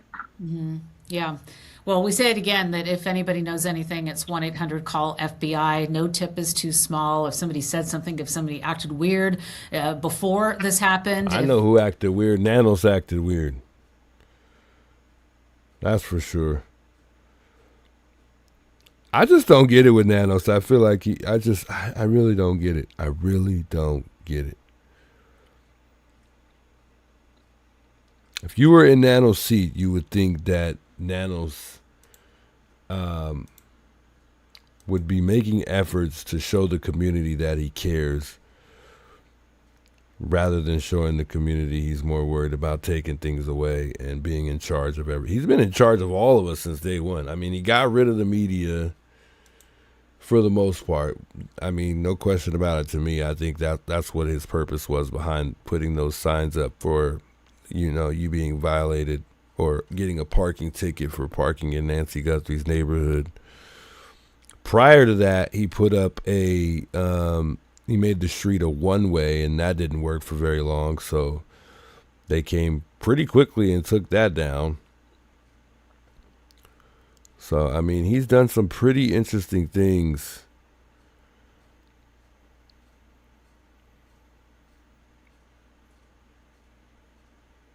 But I just feel like from day one, he's not only been controlling as far as the case has gone, he's been controlling everybody, if you think about it. And it's kind of mind-boggling if you really think about it, but Nanos has really controlled all of us for the most part. In some way, he's controlled all of us, and I think it's almost like somebody's getting close, and the moment that he feels like that, he finds a way to kind of shoo us away.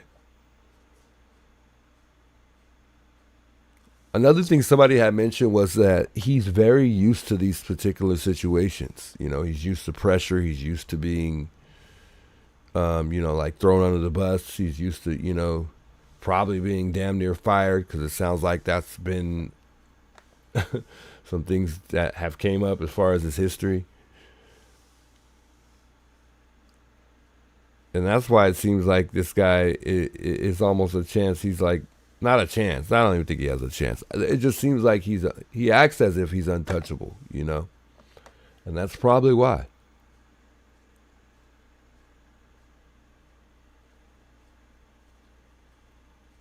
Remember in the beginning, they told media that they couldn't light up the house, and there were complaints from neighborhood about the generators.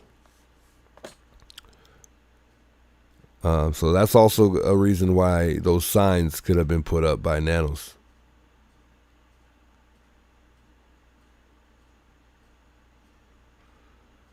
But Sheriff Nanos has done nothing but show he deserves to be recalled.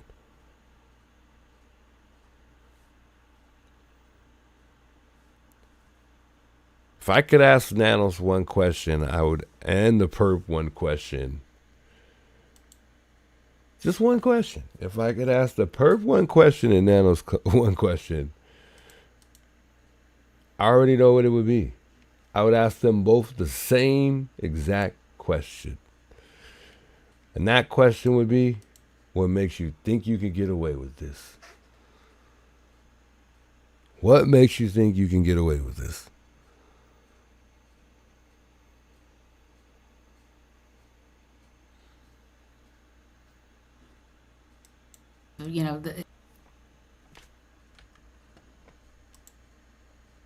Cece Moore, like I was saying earlier, thinks that there's a possibility they can probably potentially make it even a crime scene again, because she thinks that they're probably going to find there's a chance that they could find more evidence if they go back and re-swab the home. Well, it's hard to know what they have already collected. It's possible they collected dozens or hundreds of swabs, and they're still going through testing those. It's so hard for a crime scene investigator to know exactly what to swab, since most of DNA is invisible to the eye, right? So sometimes it just... I think there's a chance that the perp never drooled at all, or dropped any saliva. Yet alone, I think that the guy on the front porch never even went in the door. It's crazy, because after walking through this neighborhood at night and seeing how scary it is, no one is going to wander off in pitch black dark, in a pitch black dark neighborhood. And I think the only reason why they assumed that Nancy could have wandered off in the beginning is because the family kind of put it out there that she, and question whether or not she wandered off. But knowing that their mother is as they say, she's sharp as a tack. So we were quite certain that Nancy didn't, just wander off. But for me personally, I don't think anybody's going to wander off at that time in the morning, at 3, 2 in the morning, 1 in the morning, even 11, 12 at night. So, and also knowing that Nancy couldn't walk very well, she wasn't going to get far anyways. She wasn't going to get very far. So even if Nancy wandered off, she wasn't going anywhere. If she could barely make it to the mailbox, where could she possibly wander off in the neighborhood? So there's just certain little things like that to think about, because those things remind you of, this not being a burglary and an actual kidnapping, But some people will argue that it's actually a burglary gone bad. But I just don't see what all that can go that bad with an 84-year-old lady, especially if it's multiple men in the home trying to physically remove her. I think that it would just be an effortless thing. It would just be easy, to sum up what I'm saying, to take an 84-year-old lady. If it was me and you, and you're a guy, I'm a guy, we're trying to take out a lady 150 pounds. That's easy. That's easy. That is very easy. I wonder if it's the perp that's making the FBI look like fools, or it's actually nanos.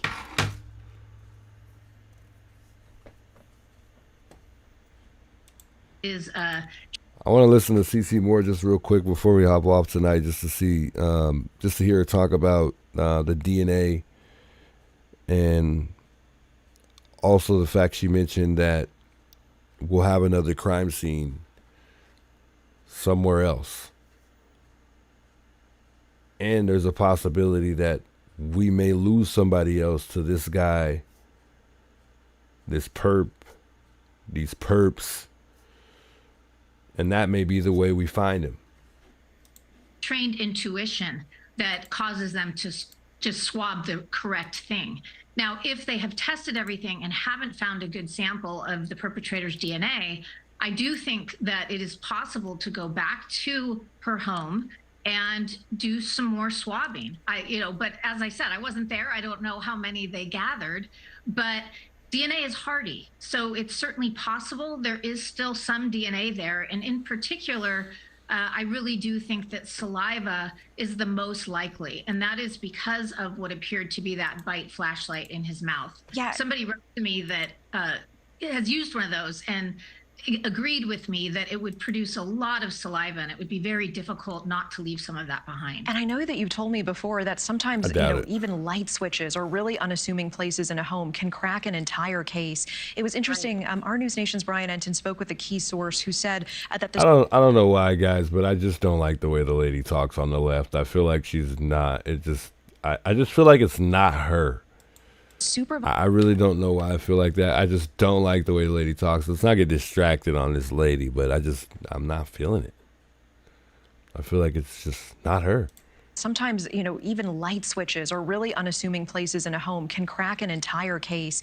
It was interesting. Right. Our News Nation's Brian Enton spoke with a key source who said that the supervisor overseeing the case had never previously investigated a homicide before. I mean, you say this comes down a lot of times to experience and the gut of the person going in, surveying that area and taking as many samples as is needed. Does that concern you to hear that they had never investigated a homicide before?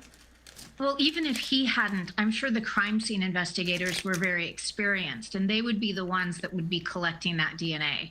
And so I still have confidence that those very experienced, skilled crime scene investigators would know, how to collect the DNA. But because, as I said, it's invisible, they may not have swabbed exactly the right thing to find that individual's DNA through no fault of their own, just because it's hard to know in a house like that, where would you even start other than the obvious places? And investigators already gave the home back to the Guthrie family. I don't see a tattoo on that guy. go? I mean, could that pose a problem if they go looking for more samples? Or in your opinion, should they still go back and re-swab?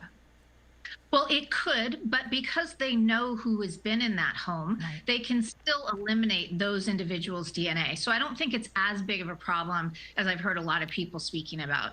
The only issue to me would be more if there was saliva on the ground, for instance, or a rootless hair that could also solve the case. It could have been tracked back out, it could end up on the bottom of someone's shoe.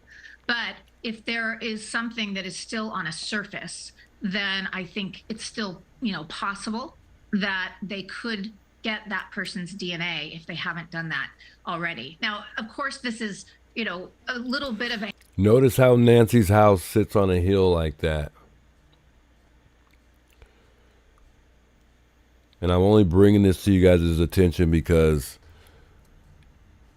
if you take notice of that truck right there sitting on the hill, so this is going to fit our theory even more when we're talking about the fact that whether or not Tommaso went in the garage or not.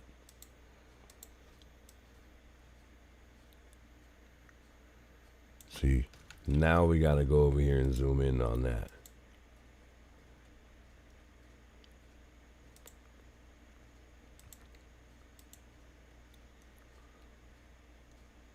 Trying to zoom in so we can look at this real quick, chat.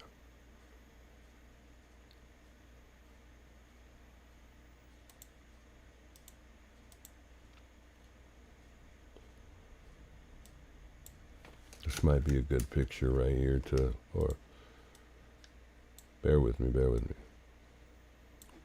This might just fit our theory. Oh boy. See, I just love crime. I really do. I'm trying to zoom in right now, Strawberry. Hold on. One momento. This might just help us, guys. So notice right here, let's take a look real quick here. You see the truck right there? How there's still a slump in the hill. Let me get the arrow real quick here.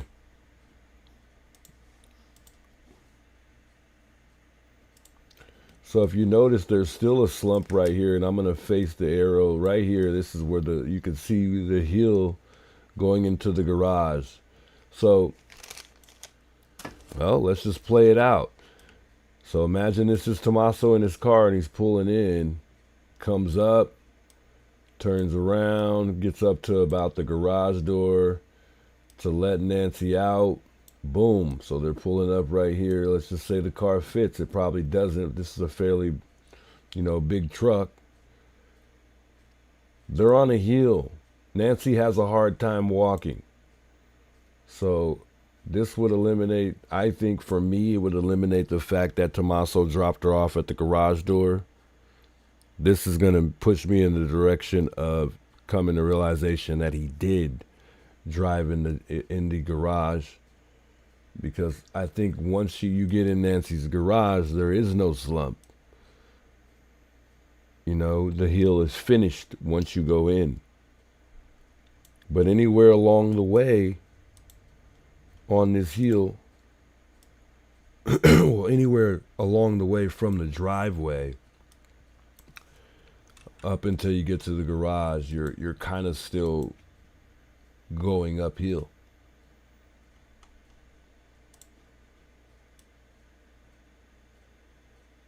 And you can still see from the back that there's a hill you're coming up. So you're still coming up. And then there's a little stump right here that you go up into the garage. Right in there.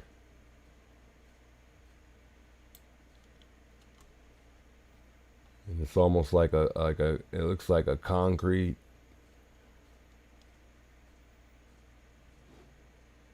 So Tommaso would have had to drive in that garage to drop Nancy off. To me, there's no doubt in my mind that Tommaso drove inside the garage.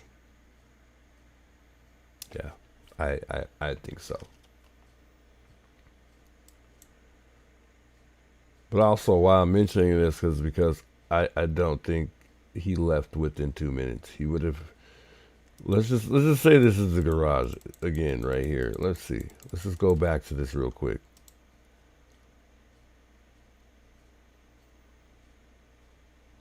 And I wish I had a stopwatch on my. I probably do on the computer, but I don't know exactly where it's at. Well, let's say they pulled in. So he's helping Nancy out. He has to get out the car, walk around. But hold on, let's just go back. We get to the garage, boom. Remember, it takes about 15 seconds, 30 seconds if, the garage door is kind of old or it's, some coming around that maintenance time and needs to get repaired, so it's moving slower than usual. So yeah, let's just say 15 seconds, boom, takes about that to get in. So we got, at that point, since Nancy was only there or the garage door was only open for 2 minutes, after closing, it was in between the garage closing or opening and closing, it was only about 2 minutes. They have less than that once they get in the garage.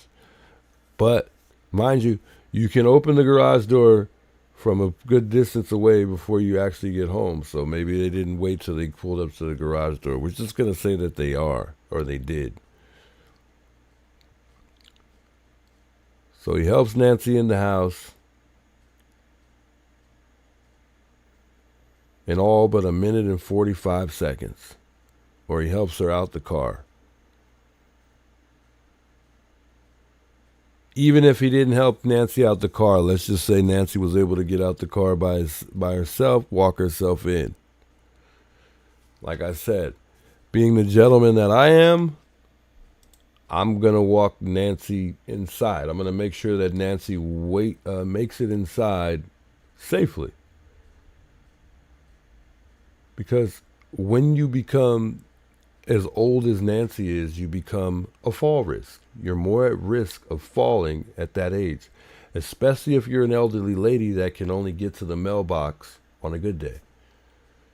So if you're Tommaso and you're aware of that, which I'm quite certain he was, he would have had to get out, help Nancy in the side, maybe even get her a few things that she needs so she's occupied in bed. Or Nancy's one of those ones that still feels like she could do it all. Told Tommaso, no, just go home, get some rest. Don't even worry about it. I got it. The night's already over. There's nothing else left to do.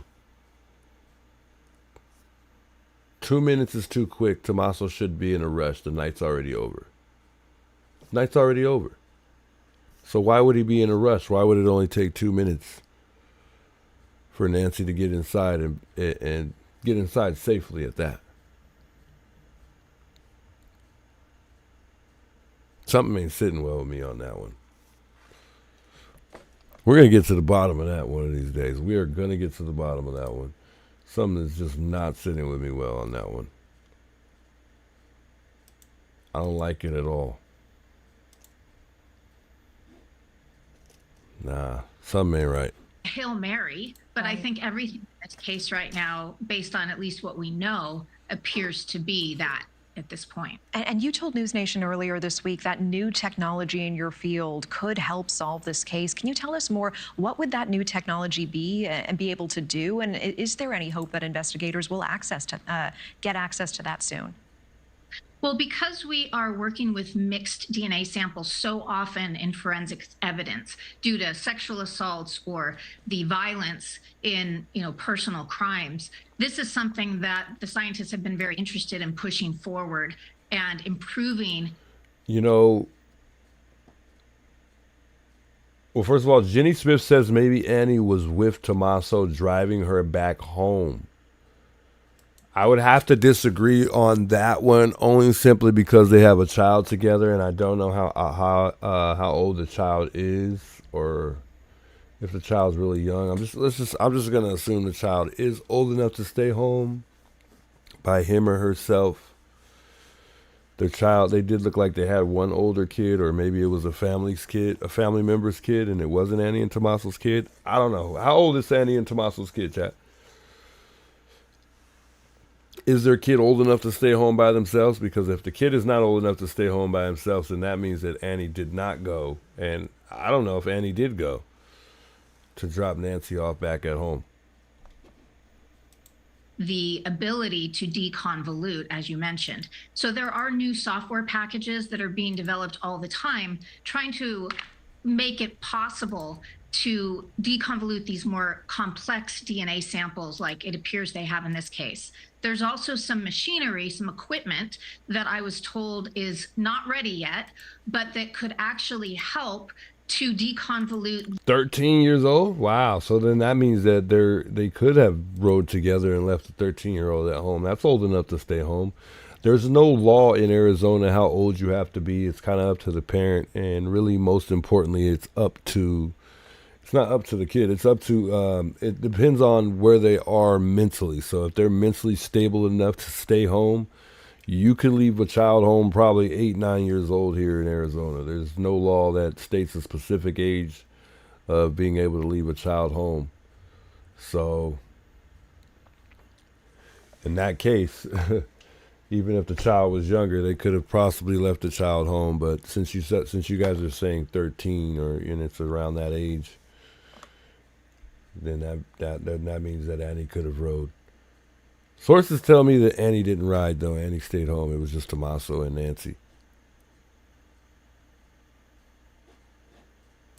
The DNA from the beginning. So typically, the scientists are working with the data that comes out of the lab. Thank you for watching. Subscribe below and down. Anyway, I just wanted to watch that because, I thought that was super interesting from CeCe Moore. I think CeCe Moore is great. She's always got some interesting things to say. Seems like she's a DNA expert over there, which I'm sure she is because she has a lot of knowledge when it comes to DNA. So it's good to listen to CeCe Moore. They ran new wiring that tells me they cut it. Doc, I understand that was... I don't know if he's talking to me or someone else in the chat. Says, Doc, I understand that, but climbers need stuff. A robber is taking stuff. Hence, empty backpack. You know, what's crazy to me, too, is when did those cameras get taken down, or did they maybe just not notice the cameras were already taken down? Maybe the perp, before the actual kidnapping, because, they're focused on January 11th, the 21st, or the 24th, I'm sorry, and the 31st. Maybe those cameras were taken down before the actual abduction day. For all we know, they were. Because the only way the perp could have gotten on top of the roof without a ladder would be using that back wall, which is doable easily. And the FBI actually got up there as well. I don't know if they use a ladder. I don't think so. You don't need a ladder to get on that guest house in the back. That wall is tall enough for you to climb up on that wall and then climb up on the top of the guest house. So it was really that easy for them to take that camera, if they took it on the day of the kidnapping.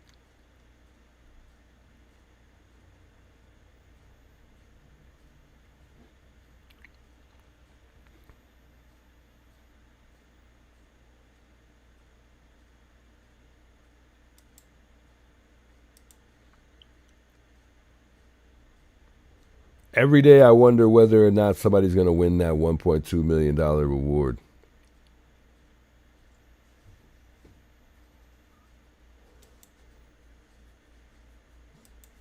But then sometimes I just feel like no one's going to win that $1.2 million reward, because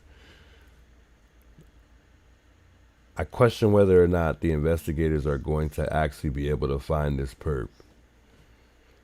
I hope they do, and I hope somebody actually wins $1 million. I mean, wouldn't it be great to win that much money just for cracking a case or giving some information on a case. So if you know anything, there's that number. If you know somebody that knows somebody, call the FBI. Put worthy. If we're putting tips out there, make sure the tips are worthy. If you suspect that the tips can get us somewhere or get the FBI, most importantly, somewhere that may, provoke a crack in this case, feel free to give it.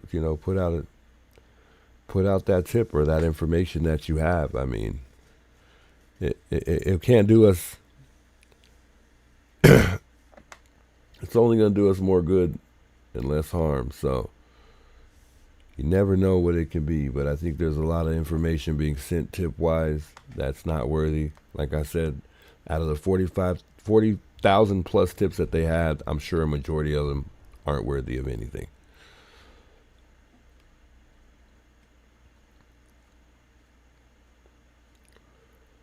I didn't hear the guy on Institution. I guess we could, since everybody keeps talking about it, I guess we could listen to it from Institution before I go, because I got to work in 3 hours, guys.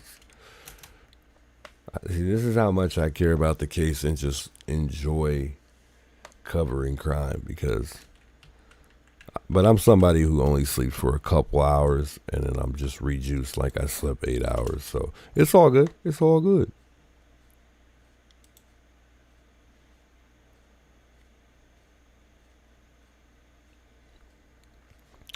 Which stream was it with Institution? Was that the one from today?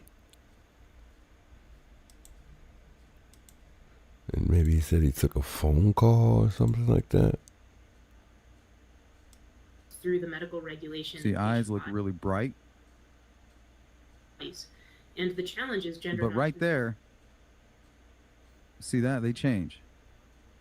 If we were to use this as the example, be like, oh, no, no, no, no. Why not use that? Look, the eyes are much larger, brighter. You can see more of the whites of the eye.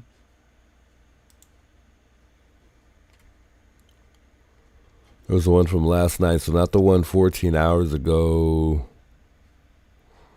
or 16 hours. I guess it had to be the one for 16 hours ago. Calling Nanos to investigate this lead at Rose Canyon Lake.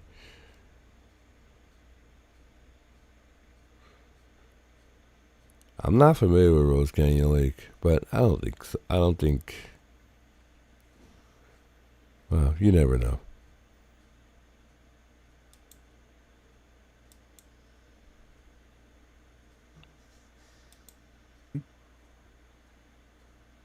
According to some of these photographs, let me see if I can find the one with the watering hose. Here's one where you can kind of see it.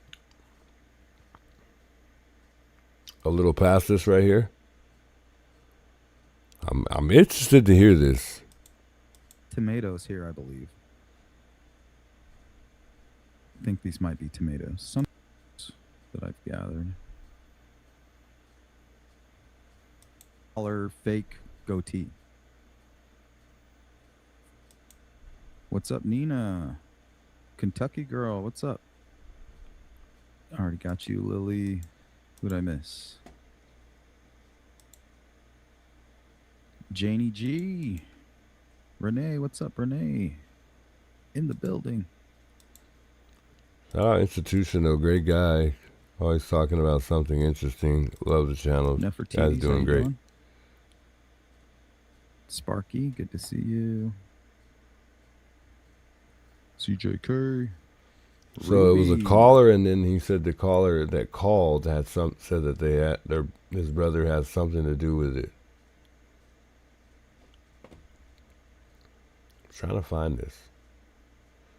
Strawberry says, if I'm looking to dump a body, I'm not hiking 2 miles up and 2 miles back down. Yeah, that don't even sound logical anyway.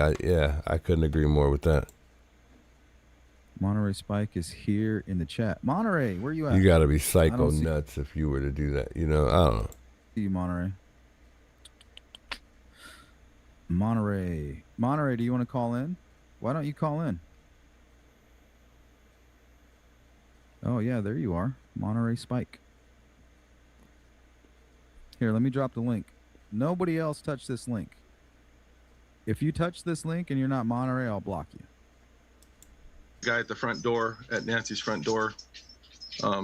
His name is Mike Nolette. My name is Richard Nolette Jr. Richard Nolette Jr. Hey, can you turn that off in the background? This is Monterey Spike. My name is Richard Nolette Jr. Here we go, guys. Can you hear me? Hey, can you turn that off in the background? Yeah, we're echoing. My name is Richard. Can you hear me? Hey, can you turn that off in the background? Yeah, just turn off the video in the background, and then we can talk. You there? Yeah, just turn off the video in the background. Yeah, just mute it. You there? Yeah, let me. Just a second, please. Sure, take your time. It doesn't take that long to press the mute button, buddy. It should sound better now. I paused the video, right? Yeah, you sound great. And you said your name was what? My name is Richard Nolette Jr. I'm the half brother of the guy at the front door, at Nancy's front door. His name is Mike Nolette. M-I-K-E? Well, his full name is Michael, but he goes by the name Mike. Mike, how do you spell the last name?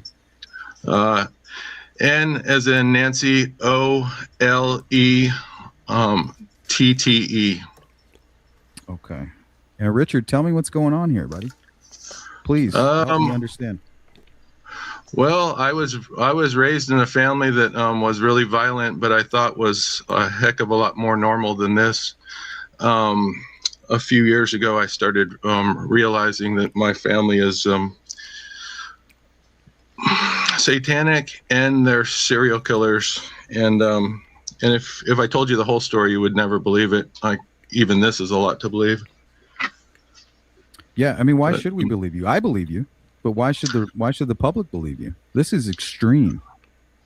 Well, I've been trying to contact law enforcement since the beginning of March, actually, and nobody, including law enforcement, will sit down and go with, through the Burger Chef cipher with me. But it sounds so ridiculous. But the people that put it together made it sound really innocent and ridiculous, so that anybody that brings it up your credibility will automatically be put into question. You know. Mm-hmm. It sounds far-fetched. How do we understand this? I love a cipher. Well, I mean, I'll just get right to the point. I mean, if I'm going to be ridiculous, why not be completely ridiculous? Yeah. My father in the early 60s through the 1980s worked as a FBI and CIA, what they call a wet work man. He was a person who got rid of people that they wanted. If they wanted somebody to be shut up, he took care of them, and he was a professional killer, basically. In the late 1960s, he became one of the most well-known serial killers. Known but unknown, if that makes any sense to you, serial killers that the country has ever had. My name and his name, we share the same name, by the way. I don't know if I told you, but my name is Richard Nolette Jr. And he's Richard Nolette. It's really odd that he keeps remembering or keeps repeating his name. He said it like 4 or 5 times already. And the fact that he called it seemed like he had a sense of urgency to tell intuition something. Was a little weird. And you could tell he sensed it right away. Senior. Back then he worked at Mare Island, and one of his nicknames was RR because our first and middle initials are RR. Anyhow, in the 1969, he sent his first cipher to the San Francisco Chronicle, the Examiner, and one other newspaper. It was sent in 3 different parts to the major newspapers of the San Francisco Bay Area. and together they formed his first cipher, which is called the Z408 cipher. Well, 4 years ago, after a dozen years of therapy, I basically saw my name in the middle of the Z408.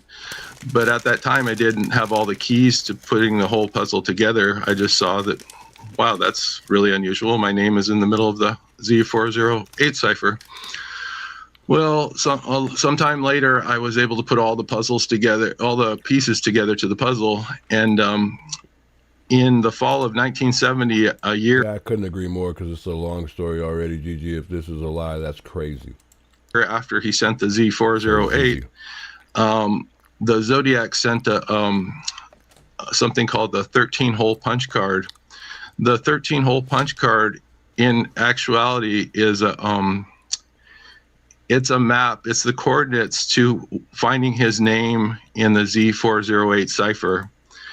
And the way you find it is the 13-hole punch card is set up with 2 rows of holes, like holes that were punched in the side of a card. And there's more to it than that, but the main point is these 13 holes are set up in the fashion in the shape of a trapezoid. Anyhow, he was one of the earliest members of something called the Order of the Trapezoid in San Francisco. That was a precursor of the Church of Satan, which he also helped to found, but he was the man behind the scenes. That would come in 1966. They call it the first year. Anno something. It's in Latin, but 1966 was the first year of the Church of Satan. And like I said, the Order of the Trapezoid was a smaller group that preceded the founding of the Church of Satan. Well, one of the reasons he put the punch holes in the shape of a trapezoid was to signify that, like, you know, that's to pay homage to his little group that he belonged to.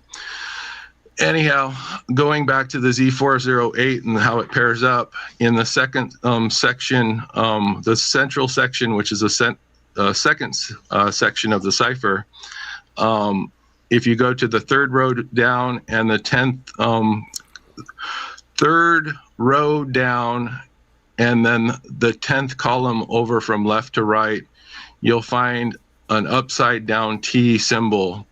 That upside down T symbol represents the mathematical symbol for perpendicular, which in mathematics is drawn out in the form of crosshairs.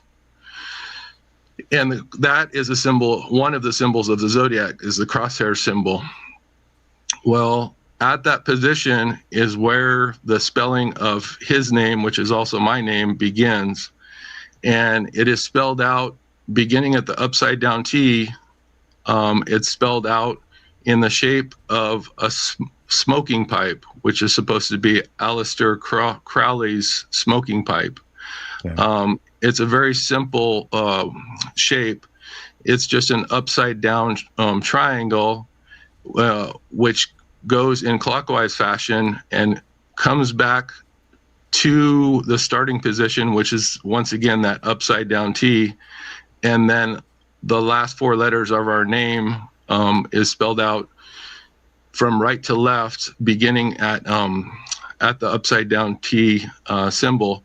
It'll just say ETTE. Okay. But if you go up, you start at the R. You can find all this information on the zodiacciphers.com and compare it. If you just look at the completed Z408, all of this will pair up to what I'm telling you right now. Can you email this to me? Because I've been trying to kind of follow up with it and find it.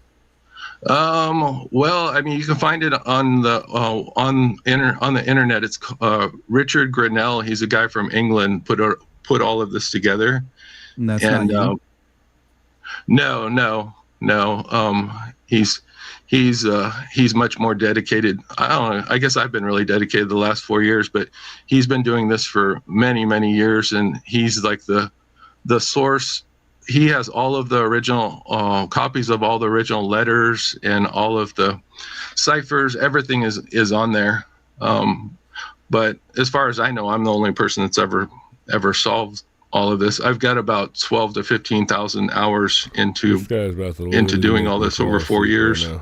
Well, you don't sound like you're on drugs to me. I'm already very well. I'm nervous. The last thing I was expecting like he's on to drugs, but he sounds like he's got something going on. He's like rendering off too much, and he's not making much sense of what he's saying. Like he's making sense, but he's not. And there are ways to sum things up, and I guess he just needed to explain this whole story to intuition for whatever reason. I have no idea.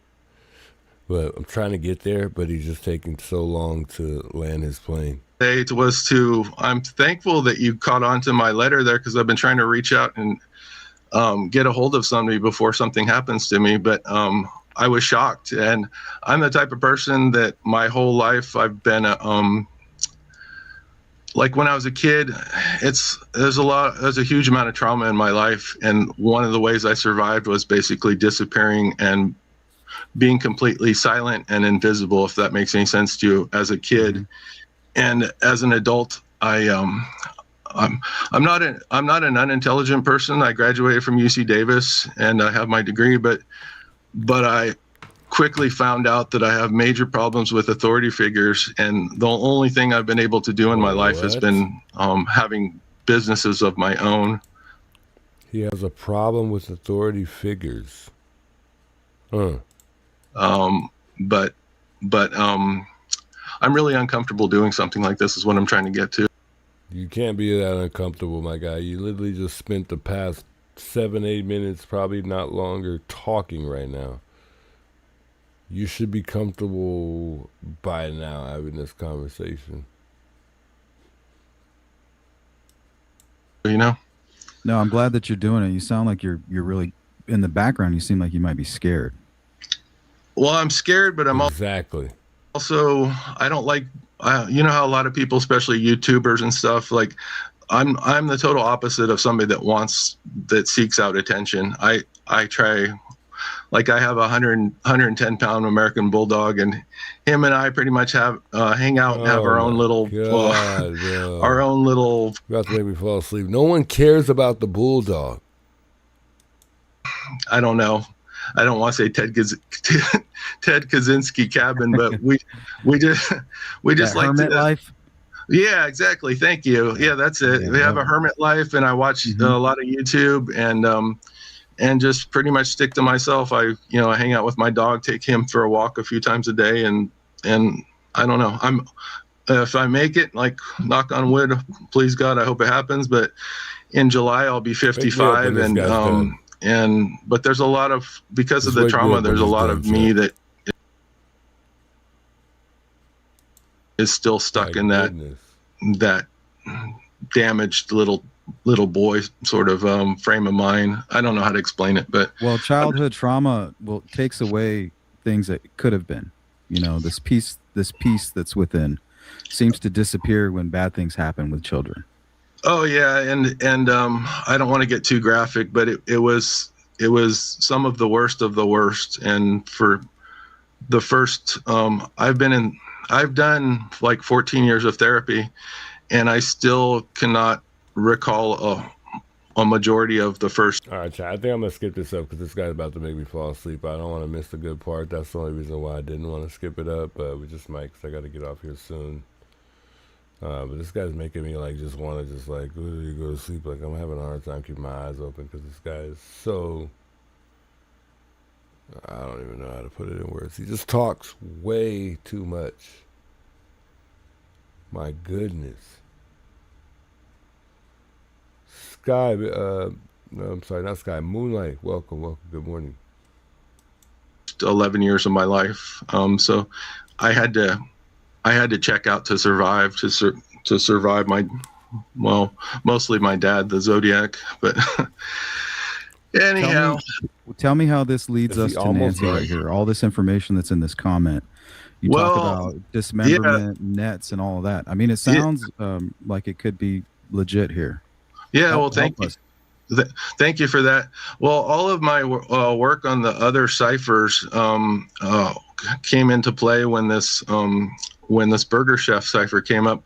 I wasn't even going to pay it any attention. It looks like such a silly little puzzle. It looked like really insignificant to begin with. And the only reason I've been able to make any progress on the Burger Chef cipher, it's really, it looks so simple, but it's so deceivingly complex. Like, you have no concept of how difficult this puzzle has been to break. The only other one that compares to it is something from 1998 called the Scorpion cipher. And in the Scorpion cipher, I'll just share it with you. You're probably not going to believe it, but the Scorpion well, thank you. The Scorpion cipher lists out oh my God, the highlights of my brother and my father. I call him my father, but that's another story, by the way. I'm actually, before I share what I was going to share, let me just share my about 14 months ago, I had worked on the Scorpion cipher for thousands of hours at that time. And I was shocked to discover that I am not the biological son of the person that I'm named after. I'm actually the biological son of one of my mother and father's victims, a man from South Lake Tahoe by the name of Dr. Charles Hollingsworth, who disappeared from South Lake Tahoe City on October 26th of 1970. And I presume that was the day of my conception, but and that's something my mother, we can look up, is the Charles Hollingsworth case, 1970. Yeah, you can definitely. Guys, look that up. Hold on real quick. Guys, will you look that up for us and get back to us? Sorry about that, Richard. Yeah, no problem. Thank you for letting me talk, though. So up until 14 months ago, this is crazy. Like, just imagine, like I said, I'm going to be 55 years old if I make it to July. Just imagine thinking that, like, trying to come to grips with the fact that your father is a serial killer, and then out of the blue, you find out, wait a second, that doesn't make any sense. Like, after thousands of hours of work, I've found out that, like, I don't know. I guess it's a good thing not to be like a full-blooded serial killer, but in a way, my mother is a big part of this whole operation herself. It's a family operations. I'm trying to explain to you guys that all of my family members, my brother, my nephew, my father, my mother, and even my distant relatives, my dad's brother, and possibly his family in Prattville, Alabama, everybody is involved in this, and they have been since the 1960s. Like, this goes beyond a little family secret, you know? So I guess I've shared that part. I'll go back to the Scorpion cipher. The Scorpion cipher was sent to the host of America's Most Wanted in the late 1990s, I believe. Well, he was sent multiple letters and ciphers throughout the 90s, and what it culminated in was something called the S5 Scorpion cipher. And on the surface, it doesn't look like much. It's only, well, there's 12 lines wide, 12 wide, so there's 12 columns, and there's 15 rows, plus a wild card, which is the scratched out 14 down is the wild card. And it really doesn't look like much, but right now I have over 10,000 hours into trying to solve that little puzzle, and I'm pretty confident that I don't have all the answers in that puzzle. There is so much, there's layers upon layers upon layers hidden in this, you know, it just doesn't look like much on the surface, but there's layers and layers and layers. And who's the author? I believe that my father was the main author. My uncle and my brother may have had some input into it, but the main cipher maker is the man that I'm named after. And he doesn't go by Richard. He goes by he goes by Dick. That's the name he goes by. But anyhow, so did you grow up and you're familiar with these types of ciphers and no, and Dick creating them? No, I mean, the only thing that I remember from my childhood is that he had his favorite numbers, and by the way, they're satanic numbers like 6 and 666 and 36. But there was no mention of ciphers before don't answer your question completely. Ciphers or anything related to the Zodiac was never mentioned as far as I can remember. But by the way, I don't want to get off topic, but I do want to point out that Rose Canyon Lake, where they put Nancy's body, is exactly 36.6 miles from Nancy's front door. And in their world, a big part of their world is numbers and alignments and like, what do you call it? Like when I guess alignments is a good word, but there's other words for it. But anyhow, the number 36 like stars, the alignment of the stars and things like that. Yeah, well, like the As full above, moon. so below. Yeah, exactly. Thank you. And thank you for saying that, because even in the ciphers, that's reflected in all of their ciphers. The top works along with the bottom, and the left works along with the right, because one of the descriptions for this, there's different forms of Satanism that they've practiced, and one of the general descriptions is called the left-hand path. And anyhow, that's reflected in the. Why is this guy talking so I much? might fall back to that because. I don't understand that. Well, Mike lives at the family house in Napa, California. Sorry to compliment me in thoughts completely. Like, well, going back to why The Burger Chef was released in 2019, I don't know if I finished that thought. The number one reason was, like I shared, the 50th anniversary of the Zodiac's attack at Lake Berryessa, which made him quote unquote infamous.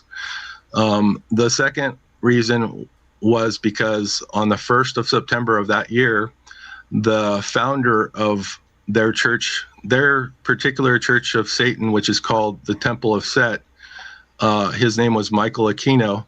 Michael Aquino passed away on the 1st of that year, and all of the evil planned in the Burger Chef cipher is also in homage to their founder, which they call their father, Michael Aquino. And Mike, does he have like a cleft lip or anything going on with his upper lip or anything like that? Not that I can remember. No, you're talking about, we got to distinguish between Michael Nolette and Michael Aquino. Michael Aquino was the founder of the Temple of Set, who passed away on the 1st of... No, Mike Nolette. Yeah, Mike Nolette, no, but he does get his what do you call it? His eyebrows waxed and stuff like that. He's really particular about his grooming, and that's another thing that's really pissed me off is everybody. They did one of the reasons they committed the crime down there, and the reasons that they've sent the letters suggesting that the Nancy was seen in Mexico.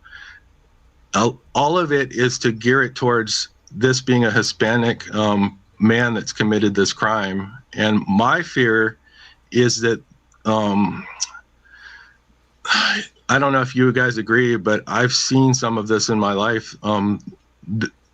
My fear is that they're going to pin it on either some criminal or some random Hispanic person. They're just going to say, like, oh. Is this Mike? Can you see the screen? Is that Mike there? No, I don't think so. Okay.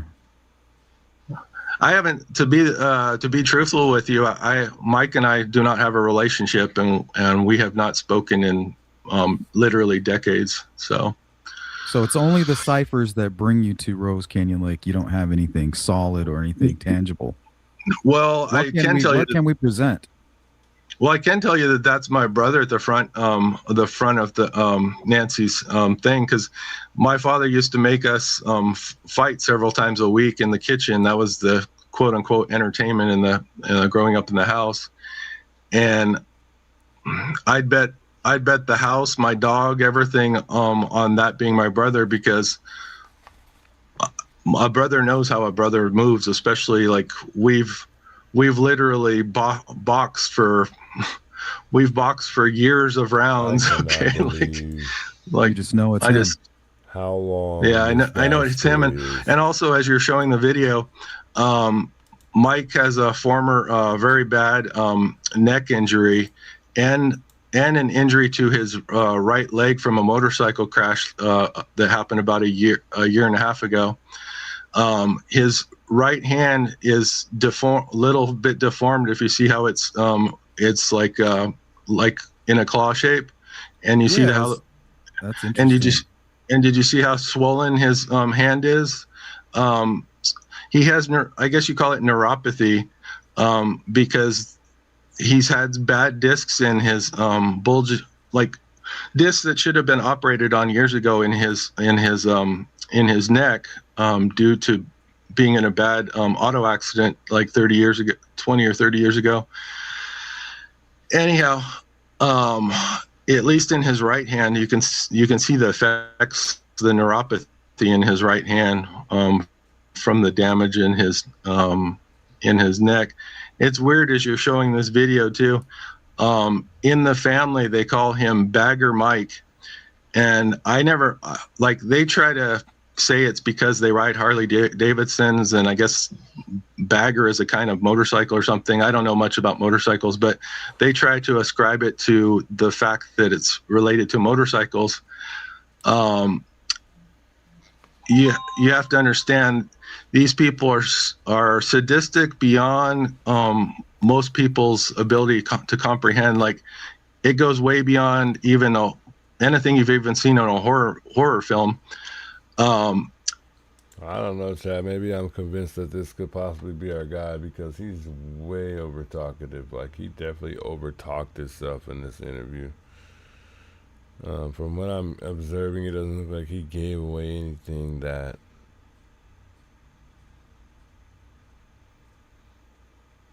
I don't know. I don't even want to put that in words. I don't even want to say that wrong, guys. I don't know. This guy is weird. That's the best way I could sum it up. Just weird.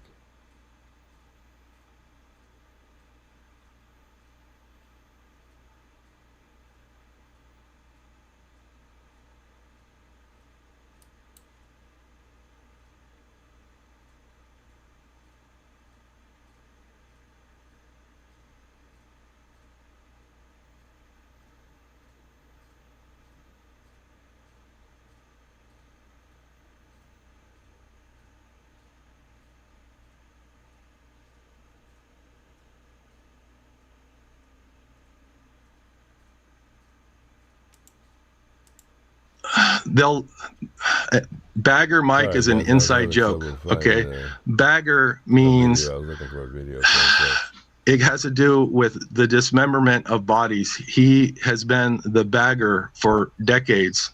He's the bagger in the family. He's the person that likes to cut up.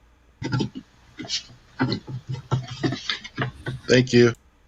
You know, these images are out there of him. I've been talking about him, and the more that he feels like the walls are closing in, I would imagine the less he feels like he has to lose. You know what I mean? Yeah, he's being cornered. Yeah, and that's a very dangerous person. Like, you don't want to corner a dangerous animal, and these are the most dangerous animals of all. Okay, the apex. Well, I'm not even exaggerating, Patrick. This is as bad as it gets, and it seems like the sheriff from Pima County will not do anything. The FBI will do nothing, And what would it cost to send a few divers into this little tiny lake? It's basically, yeah, thank you. It's 60% full right now. At when it's completely full, they say it's 6 acres in size. It's 44 the only place, feet deep.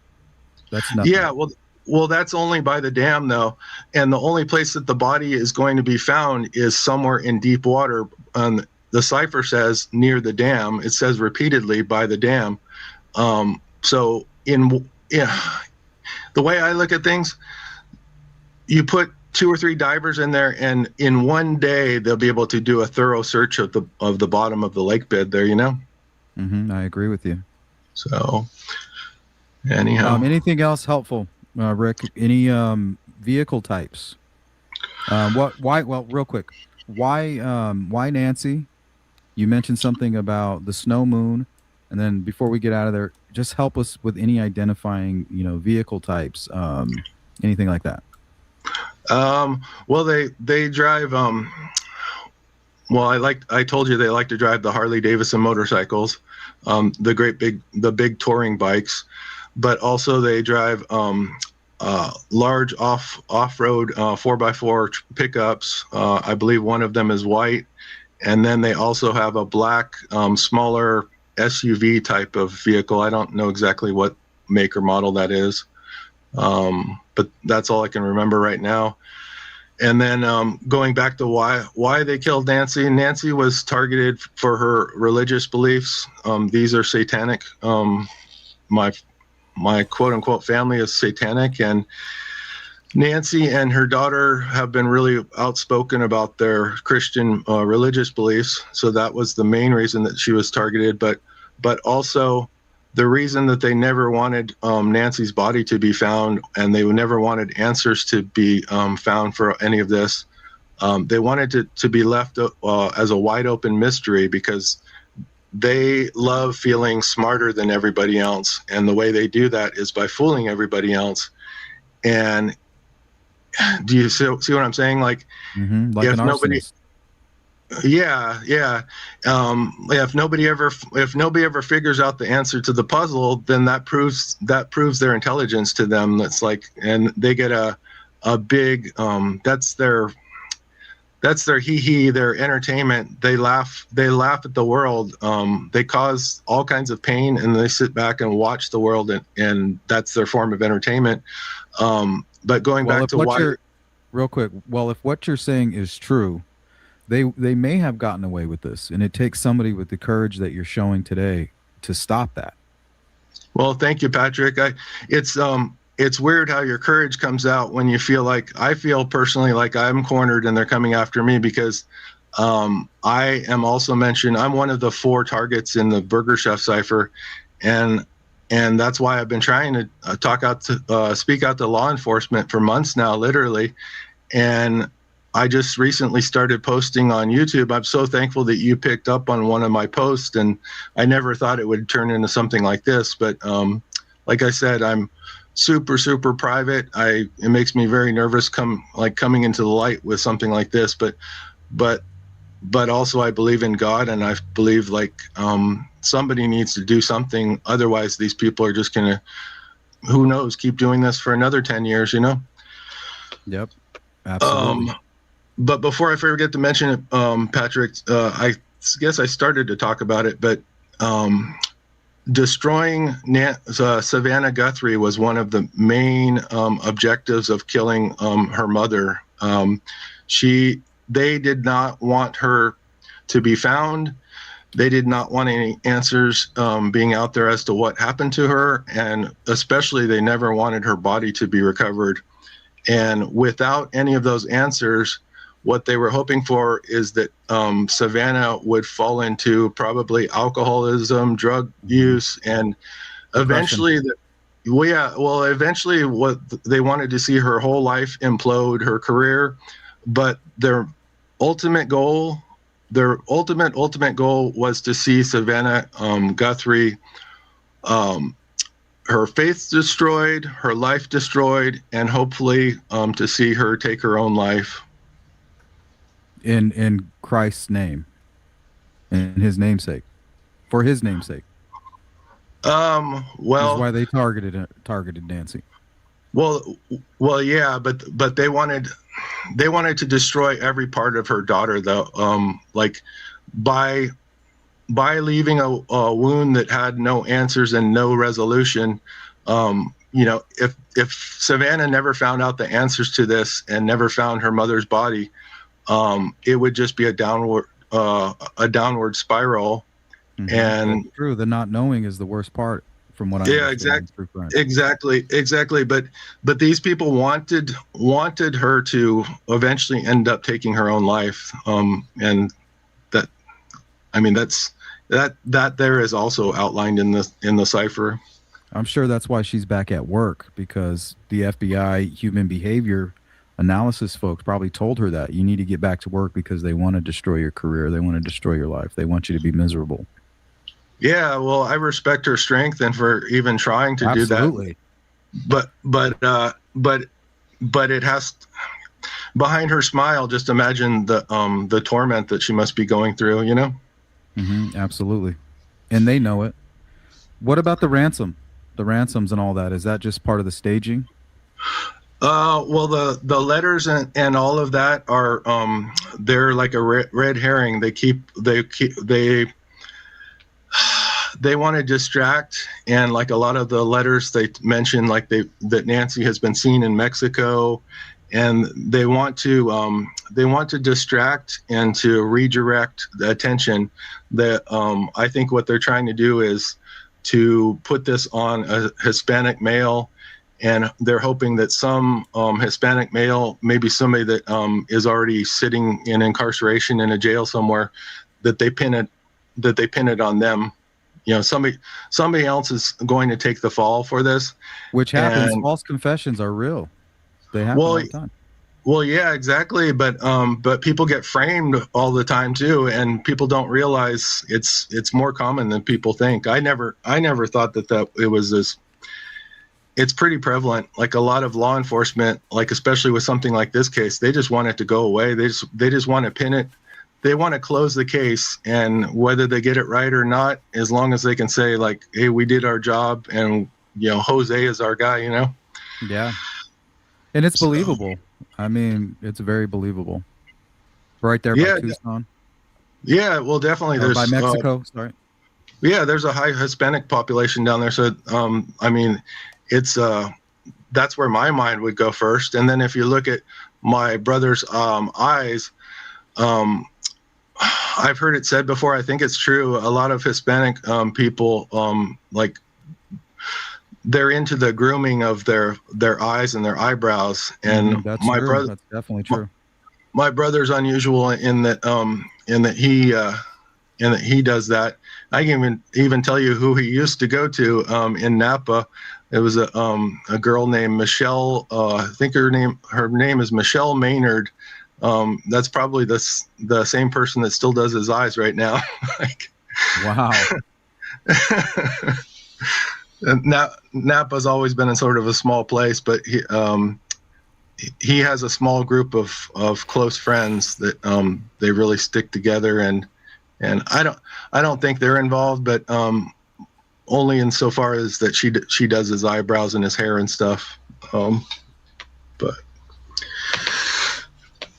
What time's going to be good for you tomorrow? We gotta look at this cipher and let's see this whole thing through. I know the FBI is probably already acting right now to go question your family. Hopefully. Yeah, well, that's a thing too.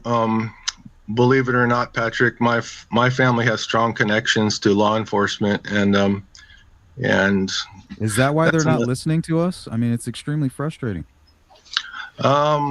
I don't know. I don't know if they're just trying to cover it up and they're just trying to give them a pass card on this or what. But it's not going to stop me from talking out. I have to do what I have to do. And if you told me 3 days ago I'd be doing this on your show, I'd say no way in hell, because I'm not the public kind of guy. I think I told you that to begin with. I'm just a hermit or recluse who hangs out with my dog. usually my dog and I are, that's the most, well, I can't say that. I like talking to people. I don't trust people, but peaceful. Yeah. Well, I mean, I've had a lot of chaos in my life, and a lot of that is my own doing. But I decided 6 years ago when I got my place here that no girlfriends, no chaos, nobody's going to destroy my place and my peace, you know. So Yep. it's worked for the last 6 years, but maybe I'm making myself out to sound more of a hermit than I am, because I do enjoy talking to people. I just so much has happened in my life that I don't really trust people, if that makes any sense. I like people, but I don't trust most people, you know. I agree with you. I'm the same way. I don't trust anybody. Well, thank you for understanding. But that's where my love of dogs comes in. Like these, I don't know. Talk about a Oh, awesome! What kind do you have? They're all mixed. They're all rescues. All of them. Those are the best, though. My guy right now, I call him an American Bulldog, but he's a mix too. That's what they call them at the pound, American Bulldog. But you know, the bully breeds. That's to get them out the door. You know, that's the selling point. Like, well, yeah, and you don't want to stamp them with the thing pit bull. Once they get stamped with the pit bull, then you have a hard time getting. Yeah, well, people discriminate. Whether it's legal or not, they'll. It makes it harder to get housing and everything So I'm glad that glad they called him a American Bulldog rather than a pit bull, you know. But yeah, how does 6 o'clock tomorrow sound for you? 6 p.m. Yeah, that sounds perfect. I'm on Pacific time. What are you? I call it Arizona time because we're funky here. So basically Mountain Standard Time. It's 1:30 here now. Oh, okay. It's 1:30 here too. Okay, but what was I going to say? Are you near Tucson? I'm in Phoenix. So yeah, I'm like a 2-hour drive away. I was just in Tucson this weekend. Oh, cool. I had no idea. Well, I've seen your videos up before, but I cannot tell you how shocked I was when I was just scrolling through my I don't know what you call it, your feed or whatever, like your choice of videos this morning. And I saw my writing on your what do you call the thumbnail? Yeah, the thumbnail. And I was just like, part of me was like, yes, and a part of me was like, oh no, now I could have. No. Yeah, because it's like, I don't know. It's just I'm listening, and I'm not just listening. I'm listening everywhere, spiritually. You know, my gut, my mind, I'm listening, and through my prayers, I believe. Hopefully, you know, you're not out of your mind. I don't know, but hopefully that's why, you know, discernment. I was able to discern that what you're saying could possibly lead us to Nancy.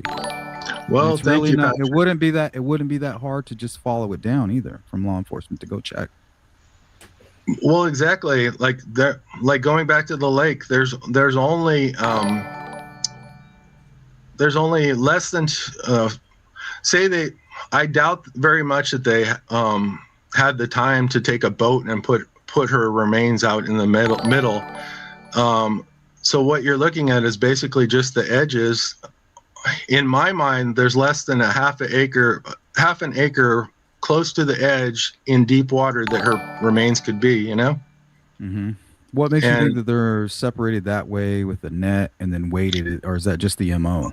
Oh no, that's all spelled out repeatedly in the Burger Chef cipher, and it's repeated,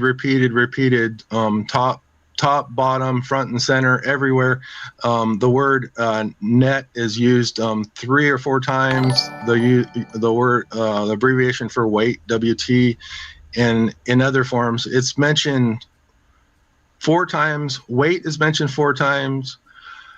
Net is mentioned 3 or 4 times, and it mentions the dam. There's a little fishing dock. It mentions that. And it mentions the word playa, which is beach. So I think it's all It's somewhere near the dam, though. It's in deep water, and half the lake is a shallow. It's a really small lake to begin with. It is shallow water. They would not have put it where she would be found. So, like I said repeatedly, I mean, it it's says a good spot. It's a good spot too, because nobody's allowed to be in that water. No boats, no diving. That's very perceptive of you, Patrick. Thank you so much for mentioning that. And I think that's one of the main reasons that they put her there, because nobody is supposed to go out there in a boat. Nobody's supposed to swim in the lake. There's not supposed to basically any. Yeah, no contact with the water. Yeah, exactly. No human contact. So one of the big things that these people get off on that they just delight in is hiding in plain sight. And so just imagine them for years, like knowing that their body, that her body is in that lake. They would probably just take special fishing trips. They could go to much better places for a fishing trip than that little crappy lake. Sorry for my French. Just sit there and relive it over and over and over while they're there. Exactly. And that's what my sadism, there you go. There's the that's what the person I called my father, Dick, would do when we were kids. I did not know about his attacks in the Bay Area, but guess where we would go most weekends where we had to go fishing? I mean, a lot of the times I enjoyed it, but guess what? Yeah, me too. But guess where we went to? Either the Mothball Fleet, which is at the end of Lake Herman Road, where he shot a couple kids. So we'd either go there, but most weekends we would go to Lake Berryessa again and again and again and again, Lake Berryessa. And I can't tell you how many times, like I'm just guessing, it's been so long, but that's one of the few things I can remember of my childhood memories. And, like I said, a lot of it I did enjoy, but some of it I did not, because this is a man that could, basically everything could be fine 1 second, and then the next minute you're having the crap beat out of you, and you're trapped on a little aluminum boat. So there were also some really horrible memories from fishing too. But anyhow, Lake Berryessa, we would go and get our bucket of minnows, and I don't know, that was one part I didn't really like, but you gotta fish the minnows out of the cold metal bucket, and then stick them through their back behind their little dorsal fin, and they become the bait. But I never in a million years I never knew that any of this about Dick's history, about like I said, up until 14 months ago, this is the person I thought was my dad. And by the way, he one thing you should know, this is going to sound crazy as hell, but my brother is close friends with the guy in Napa who is I don't know if he still is, but for a long time he was a sheriff coroner, and his name is Jesse Ward, Jesseward. And in 2008, he enabled my father to fake his own death. Faked the autopsy, faked everything. The coroner's report? That was a year. Yeah, everything is fake. He's still alive. And if you ask me tomorrow, I can give you the website on where Dick writes daily. It's a thing called ZodiacKiller.com, I believe. He writes under a pseudonym called RUBISLAW 32, and every day he writes some sort of. Is that Masonic? There are 32 or 33 degrees. I think you hit the nail on the head there, right there. But also, he did some murders. I'm trying to remember the dates on this. From 1974. In 1974, he abducted and raped and murdered some girls in Rawlins, Wyoming. And the name Ruby Slaw 32 is basically a word scramble for Rawlins. I can explain that more to you at some other point. But one of the letters. I don't remember exactly which. He flipped one of the letters, but it's for Rollins, and 32 was the number of years between his attack in Rollins and this other attack that he did on campers in Oregon, and I believe it was 2006, the summer of 2006. So believe it or not, this took me forever to figure out, but there's a lot of connections between shapes. In Satanism, shapes have power and angles have power. Well, he's been killing since 1954. Dick has been killing since he was 12 years old. He started in Maine. When he was 12 years old, he killed a 12-year-old boy, and that's in the Scorpion Cipher. In Rollins was in 1974, the summer of 1974. 32 years later, he attacked campers in Oregon. What's it called? Something Oak. I want to say Twin Oak or something Oak. Oak Ridge, I think it's called. Oak Ridge, Oregon in 2006. He killed the two campers and their dog. The dog's name was Caesar. Still pisses me off. Anyhow, that was the 32 years, but all of these things have angles, okay? And he was also responsible for, there's a murder of I think it was a year later or a year before the Oregon murders. There was a murder of two hikers. It was a mother and a daughter in a place called Pinnacle Lake, Washington. Well, believe it or not, this is going to be really hard for you to believe. He has set up a grid system to where there's equal distances between a murder that he did in Oak Knoll, California. Basically, it's a part of Napa. It's just called Oak Knoll Road. And that was another place that he would take us fishing all the time. Going back to the mid 70s, I think it was 1976, he worked at Mare Island, and he murdered this girl, this woman that served as the front desk gate person. She was an officer.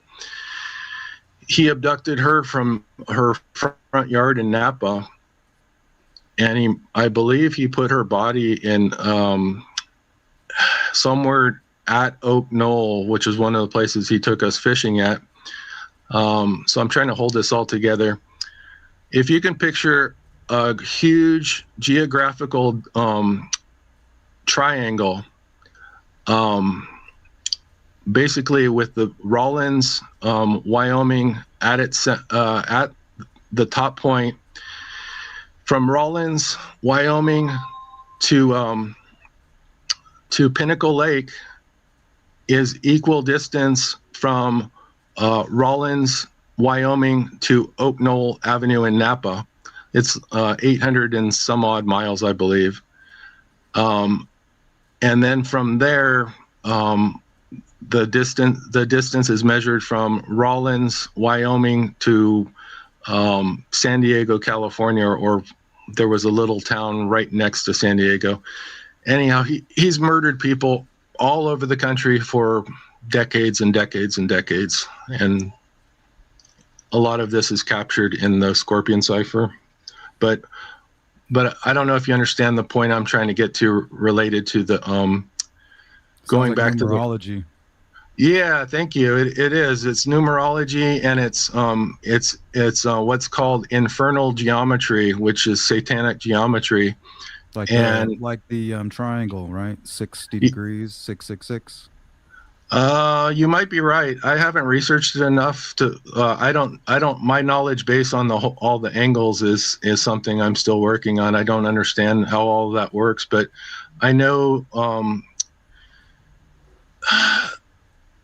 Like the distances it was very intentional and very premeditated in the way that he murdered people in specific places.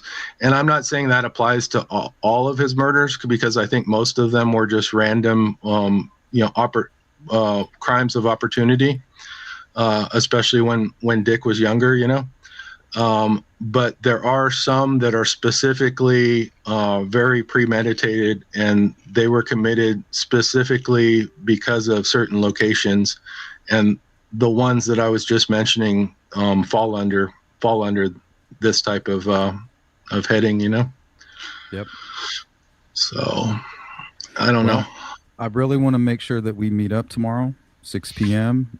And if for whatever reason, I'm not expecting you to bail, but I just want to make sure you're okay.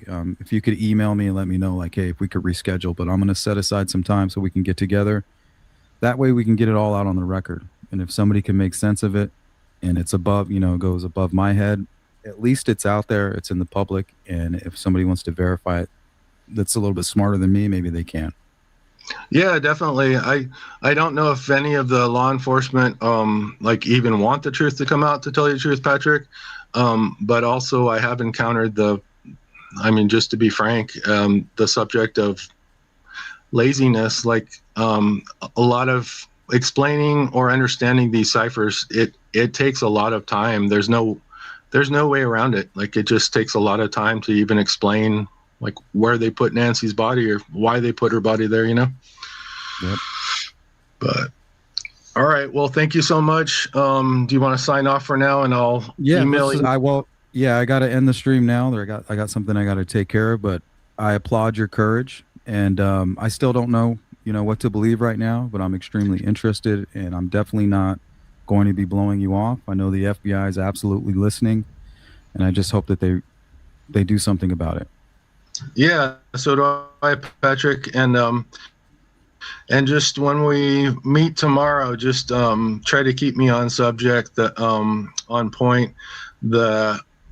All of the numbers related to Nancy relate to her birth date, her death date, and to the year of Savannah's birth, which was 1971, like mine. All right. Thank you so much, Patrick. I really appreciate it. I'd never thought my day would go this way, but I'm thankful anyhow. Pleasure's all mine, Richard. Thank you again. All right. Have a good day. Right. We'll talk soon. I promise. All right. Sounds good. Thank you, Patrick. Bye.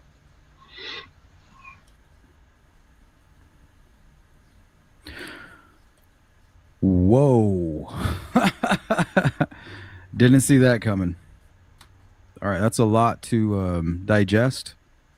We'll pray that the FBI was listening and that they're going to respond to this. We're going to follow up with Richard tomorrow. Unfortunately, that is all my time. And I'll do my best to stay in communication with Richard. And hopefully we'll have a great conversation tomorrow. I just want to get everything out on the record. I haven't made any decisions. I don't know what's going on. That's not my job. That's law enforcement's job to react and to do the right thing. It's my job to present it and to put it on my platform so that it's heard and people see it, and to put pressure on law enforcement for Nancy's sake. If there's a chance that she's sitting out there in these bags covered in a net and weighted down in the middle of the ocean, I would want somebody to come find me and put me to rest. Don't leave me down here with these fish and these crawdads and all of that. Come get me and put me to rest. All right. So we got something to look forward to tomorrow. I don't know what to make of all of this. If you guys need to get a hold of me, if you got something to follow up on, if you find anything, please send it to me so that we can continue to get further and hopefully give law enforcement something that they can't ignore. Because right now, that's all they do. They ignore us. They ignore people who are trying to help. And I understand why. But, you can't just disregard every little thing. One of these pieces of information could lead to Nancy. That is yet to be seen. All right, guys, I'll see you again apparently tomorrow around 6 p.m. And be there or be square. Peace.